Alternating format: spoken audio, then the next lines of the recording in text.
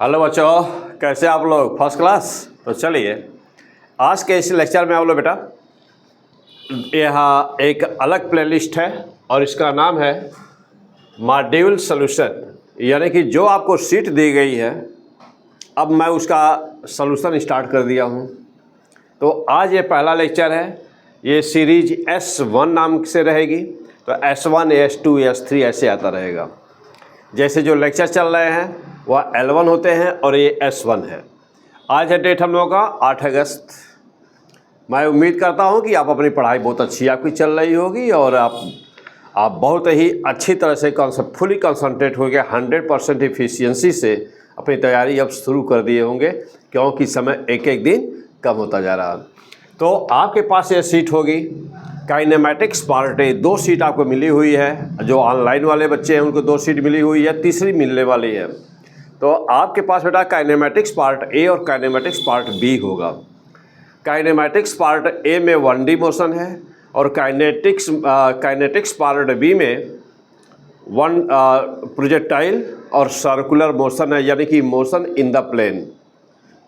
जो 1D वाली seat है काइनेमैटिक्स पार्ट ए वाली 1D वाली, तो 1D के साथ ही हम लोगों का unit and dimension, percentage error, vernier, screw gauge और वेक्टर्स वगैरह भी हैं इसी में। तो अभी हमने लिया है इस क्वेश्चन में क्वेश्चन नंबर 1 से लेकर के क्वेश्चन नंबर 15 हमने क्वेश्चन लिया है और मैं इसको आपको सॉल्व करके बताने जा रहा हूँ बेटा। यदि आपने पहले से ही पूरी क्वेश्चंस को सॉल्व कर लिया, आंसर मैच करा लिया, सब कुछ सही बेटा, द बेस्ट, बहुत अच्छा। और यदि कहीं पर कोई भी डाउट है तो अपने डाउट को क्लियर करें। कोई भी इसके बाद भी फर्दर आफ्टर दिस वीडियोज यदि इसके बाद भी कोई आपको डाउट बचता है बेटा तो मेरे व्हाट्सएप नंबर पे आप हमसे तुरंत संपर्क करें, अपने प्रॉब्लम को भेज दें। जो मेरी नज़र पड़ेगी मैं तुरंत आपको रिस्पॉन्स करूँगा। यानी कि फिजिक्स का आप टेंशन बिल्कुल नहीं छोड़ सकते हैं और आपको फिजिक्स की कोई भी टेंशन लेने की ज़रूरत नहीं है। P100 फिजिक्स में ST पांडे STP सर। आइए क्लासेस शुरू करते हैं बेटा। कंटेंट हम लोग का 1D है। Question number from 1 to question number 15। यदि लास्ट वीडियो रहा बेटा तो 1 से लेकर 15 तक हम यहाँ पर आपको बताने जा रहे हैं। आपके पास ये सीट होगी। अब हमने कहा था कि आप लोग व्हाट्सएप ग्रुप में जुड़ जाइए। तो चूँकि एक पेड ग्रुप है और बहुत ही नॉमिनल एक फ़ीस वहाँ पे रखा गया था पेड ग्रुप पे, सारी सीधा तो मीन्स कि 499, तो 499 रुपये जो फीस रखा गया था इसका बेटा। तो बहुत सारे बच्चे जुड़े हुए हैं, कुछ लोग नहीं जुड़े हुए हैं। तो आप कृपया देर ना करें। दो ऑप्शन आपके पास है, या तो अपना 499 बचा लें या तो आप 499 करोड़ का काम कर लें। तो आपके पास 2 ऑप्शंस होते हैं और जैसा आपकी इच्छा लगे वह आप ऐसा करें। हाँ, यदि आपको पास नहीं है 499 भी यदि आप खर्च नहीं करना चाहते हैं तो नो प्रॉब्लम, मैं आपकी भी मदद करूँगा वैसे ही है जिट इज। अंतर यही होगा कि आपको सीट नहीं मिलेगी और आप टेस्ट सीरीज में भाग नहीं ले पाएंगे। आपकी कॉपी चेक नहीं होगी। आपकी कॉपी चेक तभी होगी जब आप ग्रुप के मेंबर होंगे। क्लियर? तो चलिए, तो टेस्ट वगैरह सब पूरे साल भर चलेंगे। तो इसलिए आप अभी भी यदि देर न करें तुरंत आप व्हाट्सएप ग्रुप में जुड़ जाइए। और हमारा डिस्क्रिप्शन में मेरा फ़ोन नंबर रहेगा। इस वीडियो के डिस्क्रिप्शन में मेरा फ़ोन नंबर होगा, वहाँ पे से आप फ़ोन नंबर लेकर के मुझे व्हाट्सअप कर देंगे तो मैं आपको प्रोसेस पूरा डिटेल बता दूंगा। फिर आप आइए क्लासेस शुरू करते हैं बेटा। तो now the question number first. In the question number first आपके पास सीट है बेटा। मैं कहा था कि आप अपना सीट या तो मोबाइल से आप देखें या नहीं तो फिर जो है आप PDF निकलवाए होंगे तो फिर द बेस्ट, अदरवाइज नहीं निकाले तो कोई बात नहीं, आप क्वेश्चन नंबर फर्स्ट देखें सीट में। तो क्वेश्चन नंबर फर्स्ट बेटा कह रहा है इस क्वेश्चन में कि ball is the thrown vertically upward with an initial velocity of the 150 metre per second. Means in this question it is given that initial velocity a ball is projecting the vertically upward, a ball is projecting the vertically upward and the velocity is given, velocity of the projection is given 150 meter upward. Okay, velocity at t बराबर 3 second. तो यदि आपको velocity बतानी है, हमें u velocity से, this is the very simple question. तो यदि आपको वेलोसिटी t बराबर 3 सेकेंड पे बतानी बेटा तो कोई प्रॉब्लम नहीं, v बराबर u माइनस जी टी से सिंपली अप्लाई कर दिया बेटा। तो u की वैल्यू दिया है 150 एंड t का मान दिया है 3 बेटा। तो 150 minus 30 and that will be 120 metre per second. No problem. Okay, and again you have to find the value of the velocity at t equal to 5 second. तो therefore again v2 will be how much 150 and t की value दिया हुआ बेटा 5, तो therefore 150 minus g 10 into 5 and that will comes 100 meter per second. That will becomes as 100 meter per second. And now in the question it is asking that what is the ratio of the final velocity at t equal to 3 second and t equal to 5 second. No problem. At t equal to 3 second this is the v1, at t equal to 5 second it is the v2, and therefore 120 is here and this is the 120 upon 100 and that will 6 by 5. That will 6 by 5. But this is a very interesting question. This is a very simple but also interesting also here. It is given in the question that x plus 1 upon x means कह रहा है कि ratio आपने निकाला ratio, तो ratio is the 6 by 5. But in your question, in your sheet, it is given that the let ratio equal to x plus 1 upon x. And asking the question that what is the value of the x. No problem. X plus 1 upon x equal to 6 by 5, and they are solving this, you will get x equal to 5, and therefore the option will be option number C is the correct option. Option is also given here. Option number C is the correct option. Clear? तो आप बेटा यदि आप पहले से solve किए हो तो please check your answer. Again, now the question number 2. In the question number 2, I will solve 100% questions, 100% total questions I will solve, and in all the sheet 100% question will be solved, and in all the test 100% test question will be solved, and after that except these sheet 100% sheet and 100% the paper, also there are many questions during the delivering the theories. Also I solve many questions, most important and different types of the questions. यानी जानते बेटा कि physics में जो सबसे important चीज़ होती है that is theory तो होती ही है, क्योंकि हम फार्मूला नहीं याद रहेगा, थ्योरी नहीं याद रहेगी तो हम कंसेप्ट का इम्प्लीमेंटेशन कैसे करेंगे. लेकिन न्यूमेरिकल से ही आपकी थ्योरी अच्छी और तैयार होती है. यानी न्यूमेरिकल इज मस्ट. न्यूमेरिकल तो बेटा बहुत ज़रूरी. और जानते बेटा कि नीट 2025 में क्या हुआ था आपको पता है. मैं फिर हिस्ट्री दोहराना नहीं चाहता, तो कोई भी रिस्क लेने की ज़रूरत नहीं है. अभी से मेहनत करना शुरू कर दीजिए. चलिए क्वेश्चन नंबर 2 पे चलते बेटा. Again yes, what's the question, what is given in the question. Yes, it is given that the particle start with an initial velocity at the 10 meter per second along the x-axis and the acceleration uniformly at the 2 meter per second, 2 meter per second square. Acceleration is given, and it is asking the question that what is the time. And what is the time when the velocity will be the 60 meter per second. This is a very simple question. चलो बेटा, u की value 10 metre per second दिया हुआ, आपको acceleration दिया है 2 metre per second square is given, and only this is asking the question the velocity become 60 metre per second in how much time. तो very simple, v equal to u plus at since this is the acceleration. तो since this is the acceleration तो u plus at बेटा, तो यहाँ acceleration is 2 और u का मान 10 बेटा. ये 50 हो गया, 10 को इधर भेज दिया आपने, 50 हो गया बेटा 2t, तो t को to 25. तो this is the very simple question. Okay बेटा, तो क्वेश्चन में बहुत डेंजरस क्वेश्चन भी आ गए हो, तो आपको बस थोड़ा सा जैसे नहीं होता बच्चों को चॉकलेट देने के लिए 1-2 क्वेश्चन पहले थोड़ा छोटे हैं तो कुछ ऐसा ही लग रहा नहीं. अच्छा, और फिर बेटा तो यहाँ पर जो है answer is the C. And I will come on the question number 3. ओ देखिए अभी पे से शुरू हो गया. तो क्वेश्चन नंबर 3 में क्या है बेटा. क्वेश्चन नंबर 3 का है कि a bullet, this is a bullet and moving with velocity u toward the target. यानी कि कोई टारगेट है, कोई ब्लॉक है, मान लीजिए वुडन का ब्लॉक कोई है, और उसके तरफ आपने u मीटर पर सेकंड से किसी बुलेट को फायर किया, हॉरिजॉन्टली फायर किया गया. कह रहा है कि इट पेनिट्रेट्स 4 सेंटीमीटर. ये जो बुलेट है बेटा, ये बुलेट है, कह रहा है कि इस टारगेट के अंदर में 4 सेंटीमीटर ये बुलेट पेनिट्रेट करती है. तो 4 सेंटीमीटर पेनिट्रेट करती है. वेलोसिटी लॉसेस 1/3 कह रहा है क्वेश्चन में. It is given in the question number 3 कि जब ये 4 सेंटीमीटर या पेनिट्रेट करता है बेटा ब्लॉक के अंदर, तो ये अपनी वेलोसिटी का 1/3 लॉस कर देता है. ओके, तो 1/3 लॉस कर देता है बेटा. तो इसका मतलब ये हुआ कि इसकी वेलोसिटी कितनी थी, इसकी वेलोसिटी थी u मीटर पर सेकेंड, और ये 1/3 अपना लॉस किया. तो 1/3 लॉस किया, इसका मतलब कि u/3 लॉस किया. तो अब इसके पास बचा कितना, तो v बराबर बचा कितना, पहले जितना था उसमें से लास्ट को माइनस कर देना। तो v बराबर क्या हुआ, u माइनस यू बाई 3, यानी कि v बराबर क्या होगा बेटा 2u/3 मीटर पर सेकेंड। तो this is the after penetrating the 4 centimetre velocity of the bullet becomes 2u/3 metre per second. And now asking the question how much it further penetrate. तो अब देखो बेटा, अब क्या कह रहा कि if further penetrate d into 10⁻³ metre, further जहाँ तक कर चुका है उसके आगे। तो कह रहा है कि जहाँ तक कर चुका है उसके आगे d इंटू 10⁻³ एंड कह रहा है कि आपको d की वैल्यू बतानी है कि what is the value of the d। चलो बेटा, तो अब जानते हैं बेटा कि जब वह जहाँ तक कर चुका है उसके आगे, तो जब जहाँ तक कर चुका है उसके आगे देखा जाए बेटा, तो यहाँ पर यदि हम लोग पहले वाले पार्ट में देखा जाए क्या क्या दिया हुआ है, तो final velocity will be how much, final velocity बेटा यहाँ पे फाइनल वेलोसिटी कितनी हो गई, तो फाइनल वेलोसिटी v बराबर सो मच ये दिया हुआ है।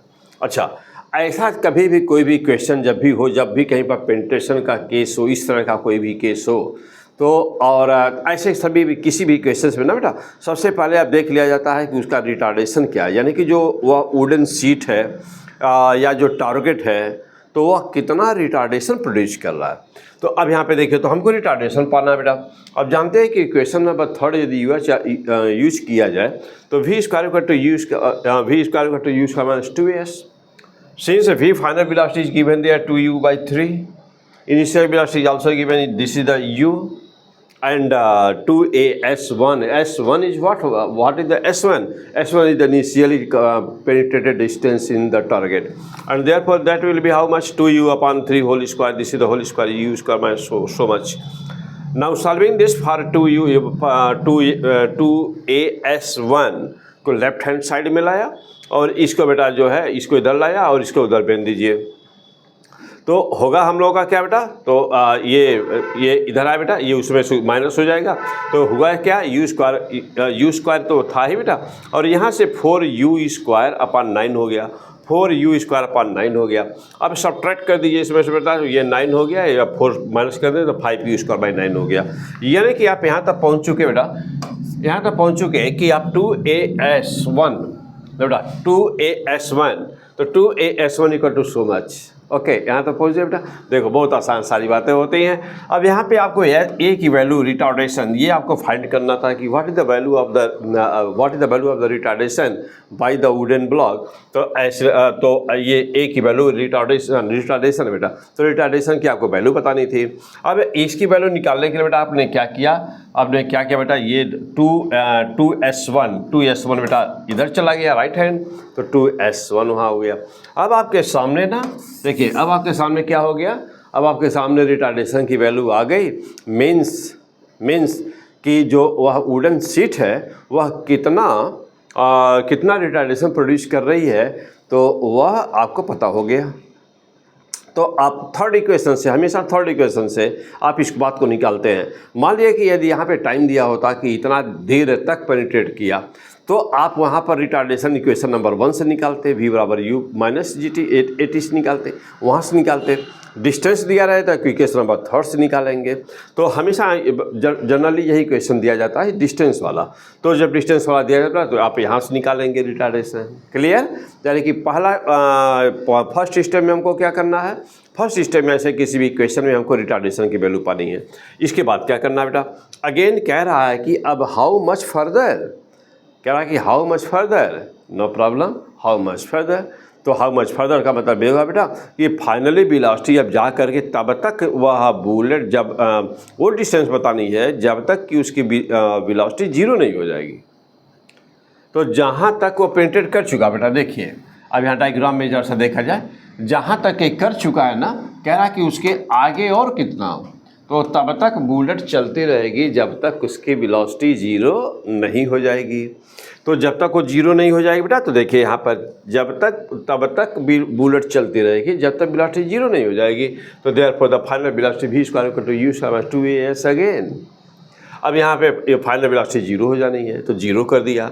अब चूँकि जहाँ तक पेनिट्रेट कर चुका है बेटा वहाँ से आगे जाना है ना, तो जो जहाँ तक कर चुका है उस समय की वेलोसिटी अब कितनी है, 2u/3 है। तो जहाँ तक पेनिट्रेट कर चुका था ना 4 सेंटीमीटर, तो वहाँ जो वेलोसिटी होगी अब आगे की जर्नी के लिए वो इनिशियल बन जाएगा। तो बेटा यहाँ पर 2u/3 वो इनिशियल बन गया, -2a का मान थोड़ा बेटा निकालें, या 5u²/2s1 देखिए यहाँ पर रख दिया वैल्यू, और इंटू s, तो इंटू s मीन्स बेटा s2 है यहाँ पर। अब पहले वाले में था तो हम लोग s1 नाम रखे थे, दूसरे में s2 नाम रख दिया, तो अब यहाँ पे s2 नाम रख दिया बेटा। अब हमको बताना क्या है, अब देखो बेटा इधर 0 है तो हमने क्या किया बेटा, इसको इधर ला दिया, इसको इस साइड में लेफ्ट में ला दिया, उसको राइट हैंड कर दिया। अब जाते बेटा जब इसको हम या इसको यहीं पे रहने दीजिए बेटा, इसको इधर भेज दिया, तो जब इधर भेज दिया बेटा तो क्या हो गया 4u² बेटा, 4u²/9 यहाँ हो गया। अच्छा यहाँ पे क्या है, यहाँ पे क्या बेटा 5 × 2 यानी कि 10u², 10u² अपन नीचे कितना बेटा 2s1 इंटू s2। अब सॉल्व कर दो बेटा इसी को, जब आप सॉल्व करेंगे तो u² से देखिए u² कैंसिल हो बेटा, यहाँ से u² से u² कैंसिल हो गया, और यहाँ से 2 से 5 हो गया। ओके, अच्छा अब यहाँ पे क्या बचा है 4/9, तो अब यहाँ बचा था लेफ्ट हैंड में 4/9, और यहाँ पर क्या बचा हुआ था बेटा, यहाँ पे बचा हुआ 5s2/s1, 5s2/s1। यहाँ तक क्लियर हो गया बेटा। अच्छा अब आपको देखो s2 की वैल्यू फाइंड करनी थी, तो s2 की वैल्यू निकाला आपने, तो यहाँ से s2 बराबर क्या हो गया, यहाँ से s2 बराबर हुआ बेटा, s2 बराबर क्या हुआ, यहाँ जाकर ऊपर 4 से मल्टीप्लाई हो गया, s1 क्लास मल्टीप्लाई किया तो 4s1 हो गया, 5 नीचे आ गया बेटा, तो 5 नीचे आ गया, यानी कि हम लोग यहाँ पहुँच गए 4s1/9 × 5। Okay, so this is the value of the s2, and now what will happen, s2 equal to 4s1, and since s1 is given in your question, that is the 4 centimeter, s1 is given, so s1 equal to 4 centimeter, put in the value of s1 here 4 centimeter, and 9 × 5 was in the denominator, therefore now solving this will be 45 बेटा, यहाँ से ये multiply किया, ये हो गया 45, और यहाँ पे हो गया बेटा ऊपर क्या हुआ 16 सेंटीमीटर, 16 सेंटीमीटर, तो बेटा 16 सेंटीमीटर। ओके, अब इस 16 सेंटीमीटर को 10⁻³ के ऑर्डर में दिया हुआ है, सीट में कह रहा है ना बेटा d × 10⁻³ मीटर कह रहा है, तो 10⁻³ के ऑर्डर में लाना है, यहाँ पर मिस्टेक ना होने पाए, तो 10⁻³ के ऑर्डर में करो बेटा, तो ये 0 से मल्टीप्लाई करना होगा, तो ये यानी कि 160 हो गया, तो 160 अपन नीचे 45 पहले से ही था बेटा। अब यहाँ 160 को 45 से कट कर देंगे, तो 5 से कटेगा बेटा, तो 5 से 9 आ जाएगा, और यहाँ पर 5 3 and 2 आ जाएगा, यानी 32 आ जाएगा, तो that will be the 32/9 × 10⁻³ and that will be approximately how much, 3.5 × 10⁻³ metre, d equal to 3.5, तो वहाँ पर दिया हुआ है साहब बेटा, देखिए d बराबर, तो आप क्वेश्चन नंबर 3 है बेटा सीट में, तो सीट में थोड़ा सा मे भी वहाँ पे क्वेश्चन में थोड़ा सा मिस प्रिंटिंग है, तो आप वहाँ पर option number 3 option number D कर दीजिएगा, option number D, and exact value वहाँ पे अप्रॉक्सीमेट वैल्यू पर हैप्स गिवन, तो आप एग्जैक्ट वैल्यू कर दिया 3.5, तो 3.5, एंड ऑप्शन नंबर डी को करेक्ट कर दीजिएगा कि वो 3.5 है। ओके, यहाँ तक क्लियर चलिए, एंड नेक्स्ट पेज पे चलते बेटा, देखें यहाँ पे अगले क्वेश्चन पे क्या है, आइए नेक्स्ट पेज पे। तो अब यहाँ पे दिया है बेटा कि क्वेश्चन नंबर हम लोग सीट का क्वेश्चन नंबर 4 पे आ जाइए। तो question number 4, this is the most important, all these are the questions.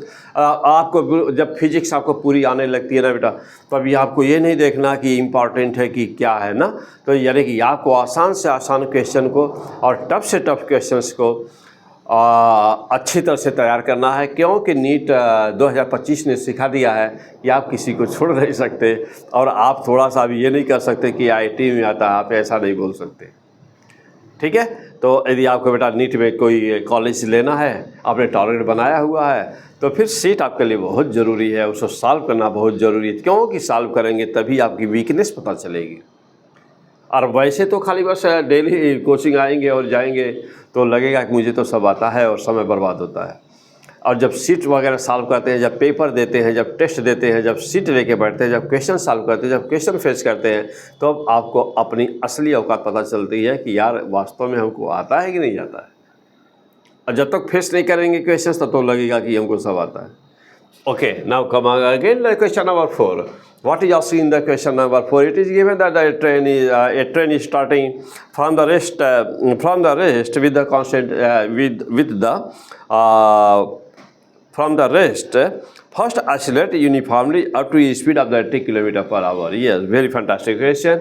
तो देखो बेटा यहाँ पे क्या कह रहा है क्वेश्चन में, क्या है कि train start from the rest with the constant acceleration up to 80 km/h. तो कोई ट्रेन बेटा पहले रेस्ट में थी, अब वो स्टार्ट हो रही है और वो एक्सीलरेट यूनिफॉर्मली एक्सीलरेट हो रही है. तब तक वो एक्सीलरेट हो रही है जब तक कि उसकी स्पीड 80 km/h नहीं हो जाता. जब तक वो इसकी स्पीड 80 km/h नहीं हो जाता तब तक वो ट्रेन एक्सीलरेट कर रही है. फॉर टाइम टी, और कितने देर के लिए? टी समय के लिए. अच्छा, फिर कह रहा है क्वेश्चन में कि जब 80 स्पीड हो जाती है ना तो उसके बाद वो 3t टाइम, 3t यानी पहले टाइम दिया, सेकेंड और मिनट में नहीं दिया कुछ भी, टी बोल रहा है. तो कह रहा है कि इसके बाद वो 3t टाइम वो कांस्टेंट स्पीड से चलता है.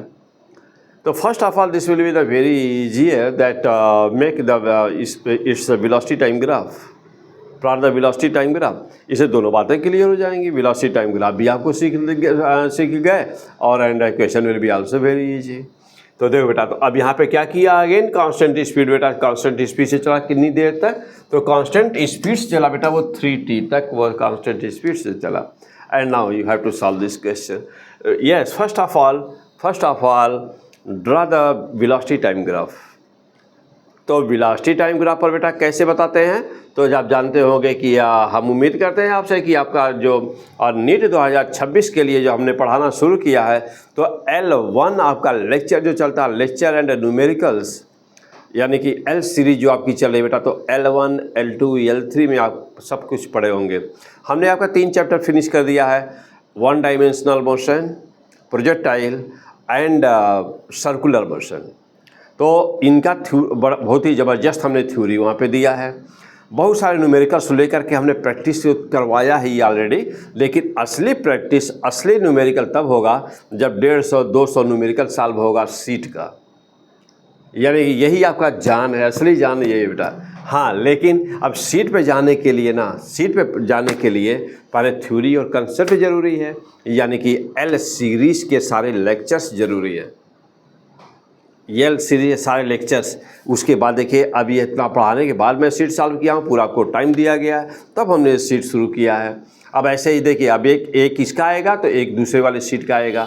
अब एक वीडियो इसका बेटा, जो क्योंकि हो सकते बहुत सारे बच्चे इसको पढ़ चुके होंगे, सॉल्व कर चुके होंगे, लेकिन हम एक तो कुछ आया होगा, कुछ नहीं आया होगा. जो आया है वो भी, जो नहीं आया है वो भी. वीडियो को शुरू से लेकर लास्ट तक बहुत अच्छी तरह देखिएगा. हर क्वेश्चन बहुत इंपॉर्टेंट है और ये सीट आपके पास होना बहुत ज़रूरी है. अब नेक्स्ट, अब यहाँ पे 80 km/h, तो since maximum speed is given here 80 km/h. अब वेलोसिटी एंड टाइम का ग्राफ बेटा तो जानते हो कि वेलोसिटी और टाइम के ग्राफ में क्या करते हो, this is the velocity, this is the time. और ये जानते हो बेटा कि किसको शो करता है वो वेलोसिटी और टाइम ग्राफ में? Constant acceleration. हाँ, तो मैं बता रहा था L1, तो L1, L2, L3 में ना बेटा ये सब बताया गया है. बेसिक ही ग्राफ कैसे देखा जाता है, ग्राफ कैसे बनाया जाता है, ग्राफ में क्या क्या होता है, ये सारी चीज़ें वहाँ पे दिया हुआ है. तो आप कृपया बिल्कुल न मिस करेंगे उसको, पहले वो सब देख लीजिएगा तब इधर आप बढ़िएगा पढ़ने के लिए. और जल्दी जल्दी फिनिश करिए, जल्दी जल्दी फिनिश करिए सब कुछ. टाइम आपके एग्जाम में के दिन कम होता जा रहा है. तो ओके बेटा, तो चलिए, तो यहाँ से लेकर के यहाँ तक क्या समय दिया है बेटा? T1, T सेकेंड दिया हुआ है. और कह रहा है कि बेटा तो यहाँ तक, यानी कि यहाँ से लेकर के यहाँ तक, यहाँ क्या कर रहा है बेटा? ए का मान कांस्टेंट है, कांस्टेंट एक्सीलरेशन से. तो जानते हैं कि वी टी ग्राफ पर क्या होता है? वी इनिशियल स्पीड 0 है, यहाँ टी बराबर 0 है, तो यहाँ टी बराबर 0 पर इनिशियल स्पीड यू का मान क्या कर रहा है बेटा? 0 है. तो वी बराबर u plus A T, U equal to 0, V बराबर ए टी. वी बराबर ए टी मतलब लग रहा है जैसे y बराबर mx, y बराबर mx. जब लाइन ड्रा करो y बराबर mx, तो कहाँ से पास करता है? मूल बिंदु से, ओरिजिन से पास करता है बेटा. तो therefore this will be the shape. I have taught you in the lecture number L1 that how you can draw the graph. What is the process of the solving the all questions are based on the graph. तो चलो okay, come on again. तो अब यहाँ से बात, इसके बाद क्या हो रहा है? कह रहा है कि वेलोसिटी द कांस्टेंट. तो वेलोसिटी द कांस्टेंट बेटा, वेलोसिटी कांस्टेंट हो गया. इस समय पर भी उतना ही, इस समय पर उतना ही, इस समय पर उतना ही. तो वेलोसिटी द कांस्टेंट नाउ. अच्छा, अब इस क्वेश्चन में बेटा टोटल डिस्टेंस जानते हो कैसे बताते हैं? तो ग्राफ की एरिया, वेलोसिटी और ग्राफ की एरिया क्या बताता है? एरिया क्या बताता है? dy into D X. D Y पे क्या है? वेलोसिटी। डी एक्स पे क्या है? टाइम। तो वेलोसिटी इंटू टाइम बराबर डिस्टेंस। तो therefore the area of the velocity time graph always represent the distance and displacement both. From the same graph, you can find the value of the distance and the value of the value of the displacement. How? Yes, this area is the S1. This area, suppose this area is the, यहाँ पर इतना बेटा देखो, ये इतना area क्या है? S1 है. And suppose that this area is the S2. So therefore now you have find the area of S1. तो एरिया ऑफ S1 बराबर क्या होगा? S1 कितना हो गया? तो बेटा ठीक, S1 बराबर कितना हो? Half into base into height. तो half into base. What is the base? Base means this is the time t, this is the base.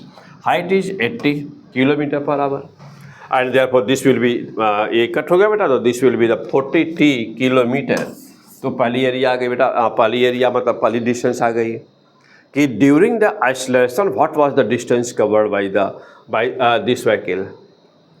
अब ऐसे जस्ट बाय नाउ, अब S2 क्या हुआ? जब वो कांस्टेंट स्पीड से चल रहा था तब वो कितना डिस्टेंस कवर किया?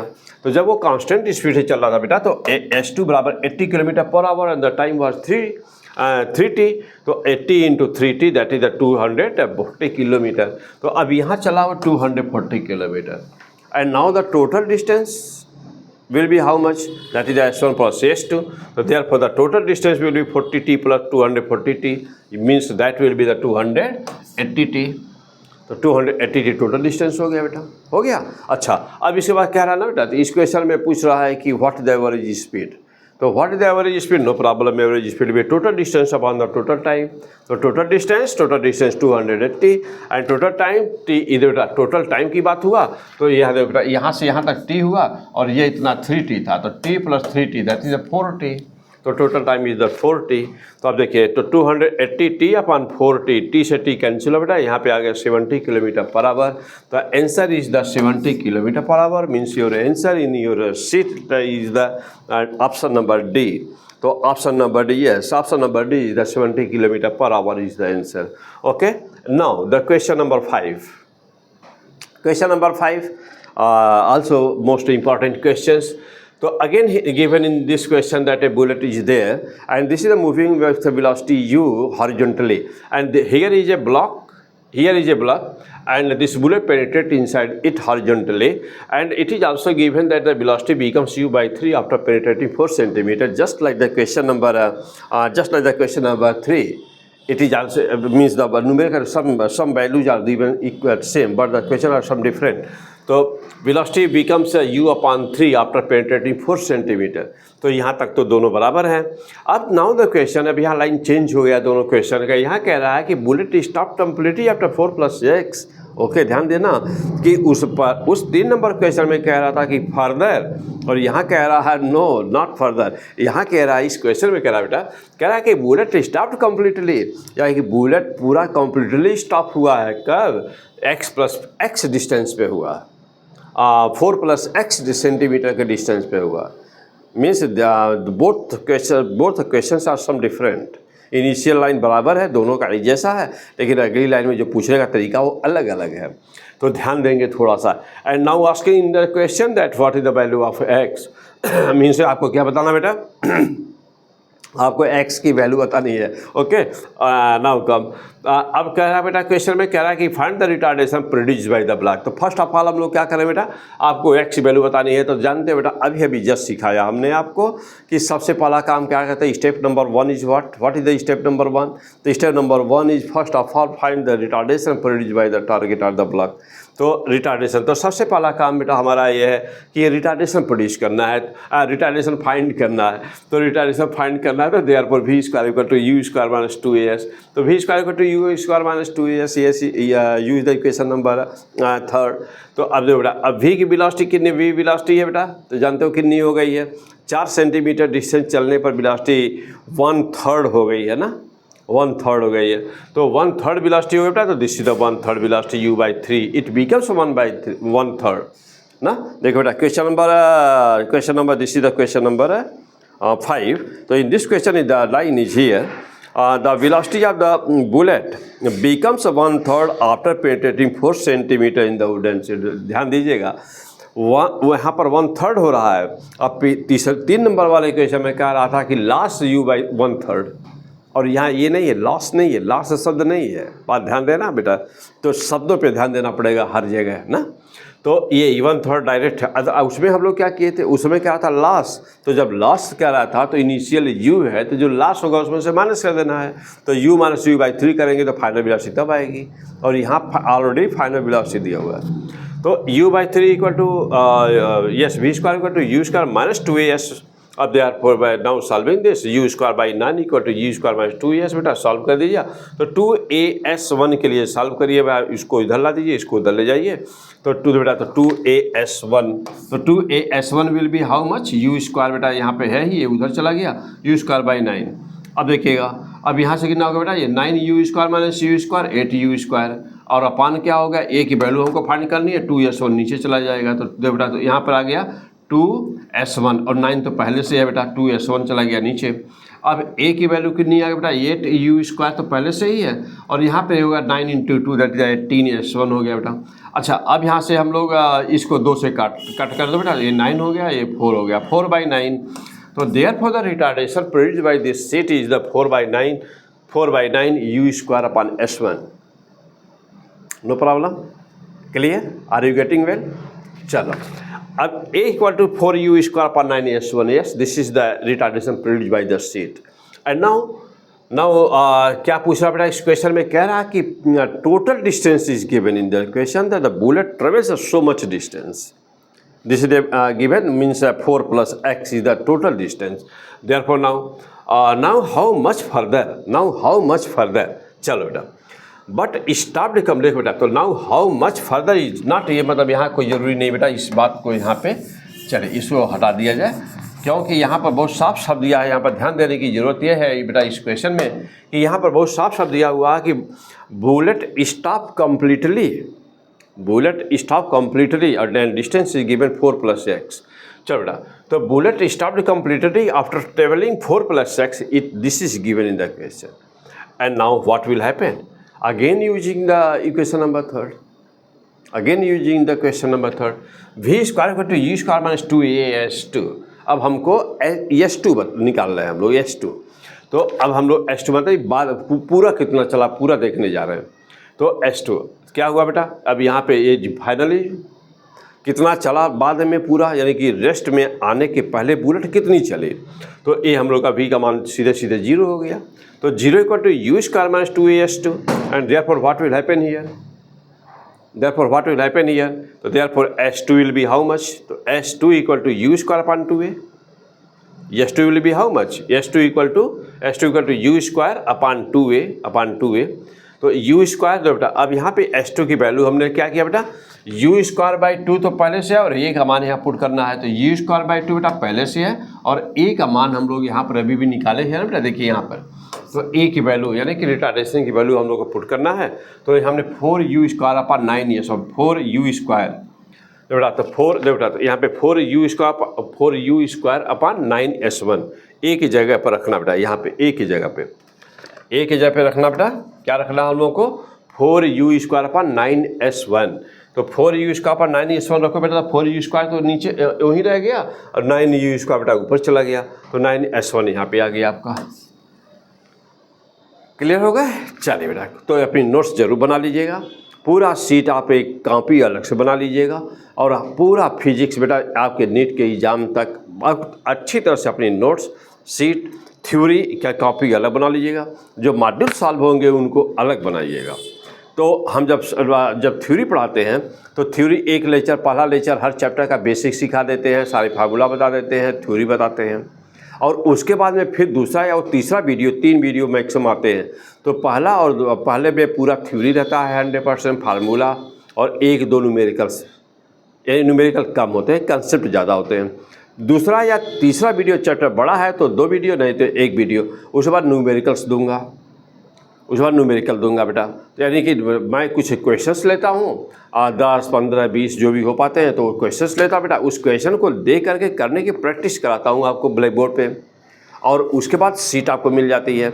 अब ऐसे जैसे मैं सॉल्व कर रहा हूँ वैसे उसके बाद सीट सॉल्व करूँगा, तो that will be the best idea, that will be the best idea.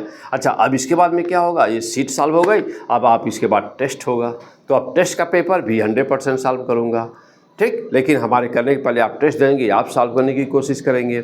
लेकिन अब जैसे मान लीजिए ठीक है आपने अपना द बेस्ट किया, और लेकिन अब सीखेंगे कहाँ कि हमसे जो गलती हुई कहाँ गलती हुई, तो उसके लिए आप जो है जब हम सॉल्व करेंगे वही टेस्ट पेपर, तो आप देखेंगे अपनी मिस्टेक को पता करेंगे। क्यों, आप जानते हैं कि जहाँ पे मिस्टेक होता है, जो आपको नहीं आता है that is most important for you. जो आपको आता है वो तो आपका है ही, आपको तो वहाँ ध्यान देना है जो आपको नहीं आता है। तो बहुत सारे बच्चे ऐसे होते हैं जिनको मिसगाइडेड होते हैं, और वो ये देख के खुश होते रहते हैं कि छोटे छोटे आसान आसान क्वेश्चंस चैनल वाले कोचिंग वाले कराते रहते हैं ताकि बच्चा बड़ा खुश रहे, पूरा ग्लैड रहे। और ऐसे ही बच्चे जा कर के जैसे ना नीट 2025 में बच्चों ने धोखा खाया बहुत सारे चैनल वालों के से, जिन्होंने प्रचार करके बच्चों को जुटा लिया है, तो मतलब बहुत सारे बच्चों ने ऐसे ही धोखा खाया। क्यों, क्योंकि जब टेस्ट होता था तो उनको लगता था कि अरे मेरा तो 650 नहीं आ रहा, 700 आ रहा मेरा तो। जब रियल एग्ज़ाम हुआ पता चला 500 भी नहीं आया। तो आप उसके चक्कर में बिल्कुल न पड़िए ऐसे लोगों के। बहुत सारी ऐसी कोचिंगें हैं कि जो क्या करते हैं, मतलब आसान आसान क्वेश्चन जो पिछले साल को पता होगा, हो सकता है मैं भी आप उसके भुक्तभोगी हों, तो आसान आसान क्वेश्चन देते हैं, टीचर को मेहनत भी ना करना पड़े सोल्यूशन में, और बच्चे भी खुश रहें, बस उनको यही चाहिए। और गार्जियन खुश होंगे, अरे मेरे बेटे का तो 650 आ ही रहा है, इस बार तो डॉक्टर बन ही जाएगा। हाँ, मेरी बेटी का 700 आ रहा है, तो इस बार तो डॉक्टर बन ही जाएगी। पता चला कि जब रियल एग्ज़ाम हुआ तो 400 भी क्रॉस नहीं हुआ। तो आपकी जो टेस्ट हो बेटा जो सीट है ना, तो जो सीट है और जो टेस्ट है उसका एक लेवल होना चाहिए, या और लेवल हो क्या होनी चाहिए, अप टू मीन्स नीट से 50% ज़्यादा, IIT मेन से 50% ज़्यादा, और IIT एडवांस से थोड़ा सा कम, ये लेवल होनी चाहिए, फिर आप कमान द पॉइंट। तो बेटा अब लोग हम यहाँ पे कहाँ पहुँचे, यहाँ पहुँच गए बेटा। अब यहाँ पे now you have to find the value of the S2 will be how much. तो अब S2 बेटा यहाँ पे कट कर दिया, यूज स्क्वायर कैंसिल हो गया, और यहाँ पर क्या है हम लोग का 9S1/8, 9S1/8, ठीक है कि 9/8 इंटू S1, और S1 की वैल्यू तो ऑलरेडी दिया ही है। S1 की वैल्यू तो 4 सेंटीमीटर बेटा देखो यहाँ पे दिया ही है। तो हमने क्या किया बेटा, S1 4 वैल्यू रख दिया, और 9/8 इंटू 4, 9/8 इंटू 4 बेटा यहाँ से क्या हुआ, 4 से 8 कट गया, 9/2, that is how much, that is the 4.5। तो दैट इज 4.5, वेरी फैंटास्टिक। तो 4.5 यानी कि टोटल डिस्टेंस, फर्दर शब्द यहाँ पे नहीं था, हाँ ध्यान देना, फर्दर शब्द नहीं था। अब क्वेश्चन नंबर 3 में फर्दर शब्द था, यानी उसके बाद कितना चलेगा। और यहाँ पे क्या था, ये तो हम लोग उसके बाद वाली वेलोसिटी लेके सॉल्व किए थे, और यहाँ पर उससे कैसे सॉल्व कर रहे हैं, यहाँ पर शुरू से लेके लास्ट तक का लेकर के सॉल्व कर रहे हैं। तो अब देखो बेटा, अब यहाँ पे क्या हुआ, अब यहाँ पे हुआ कि S2 = 9/2 ना, बेटा S2 = 9/2 सेंटीमीटर, यानी 4.5 सेंटीमीटर। अब आपको अब दिया है ऑप्शन में, क्या ऑप्शन में कह रहा है कि जो टोटल डिस्टेंस है वो 4 + x। देखिए क्या कह रहा है ऑप्शन में, क्या बेटा कि टोटल डिस्टेंस जो है ना S2 को दिया है 4 + x।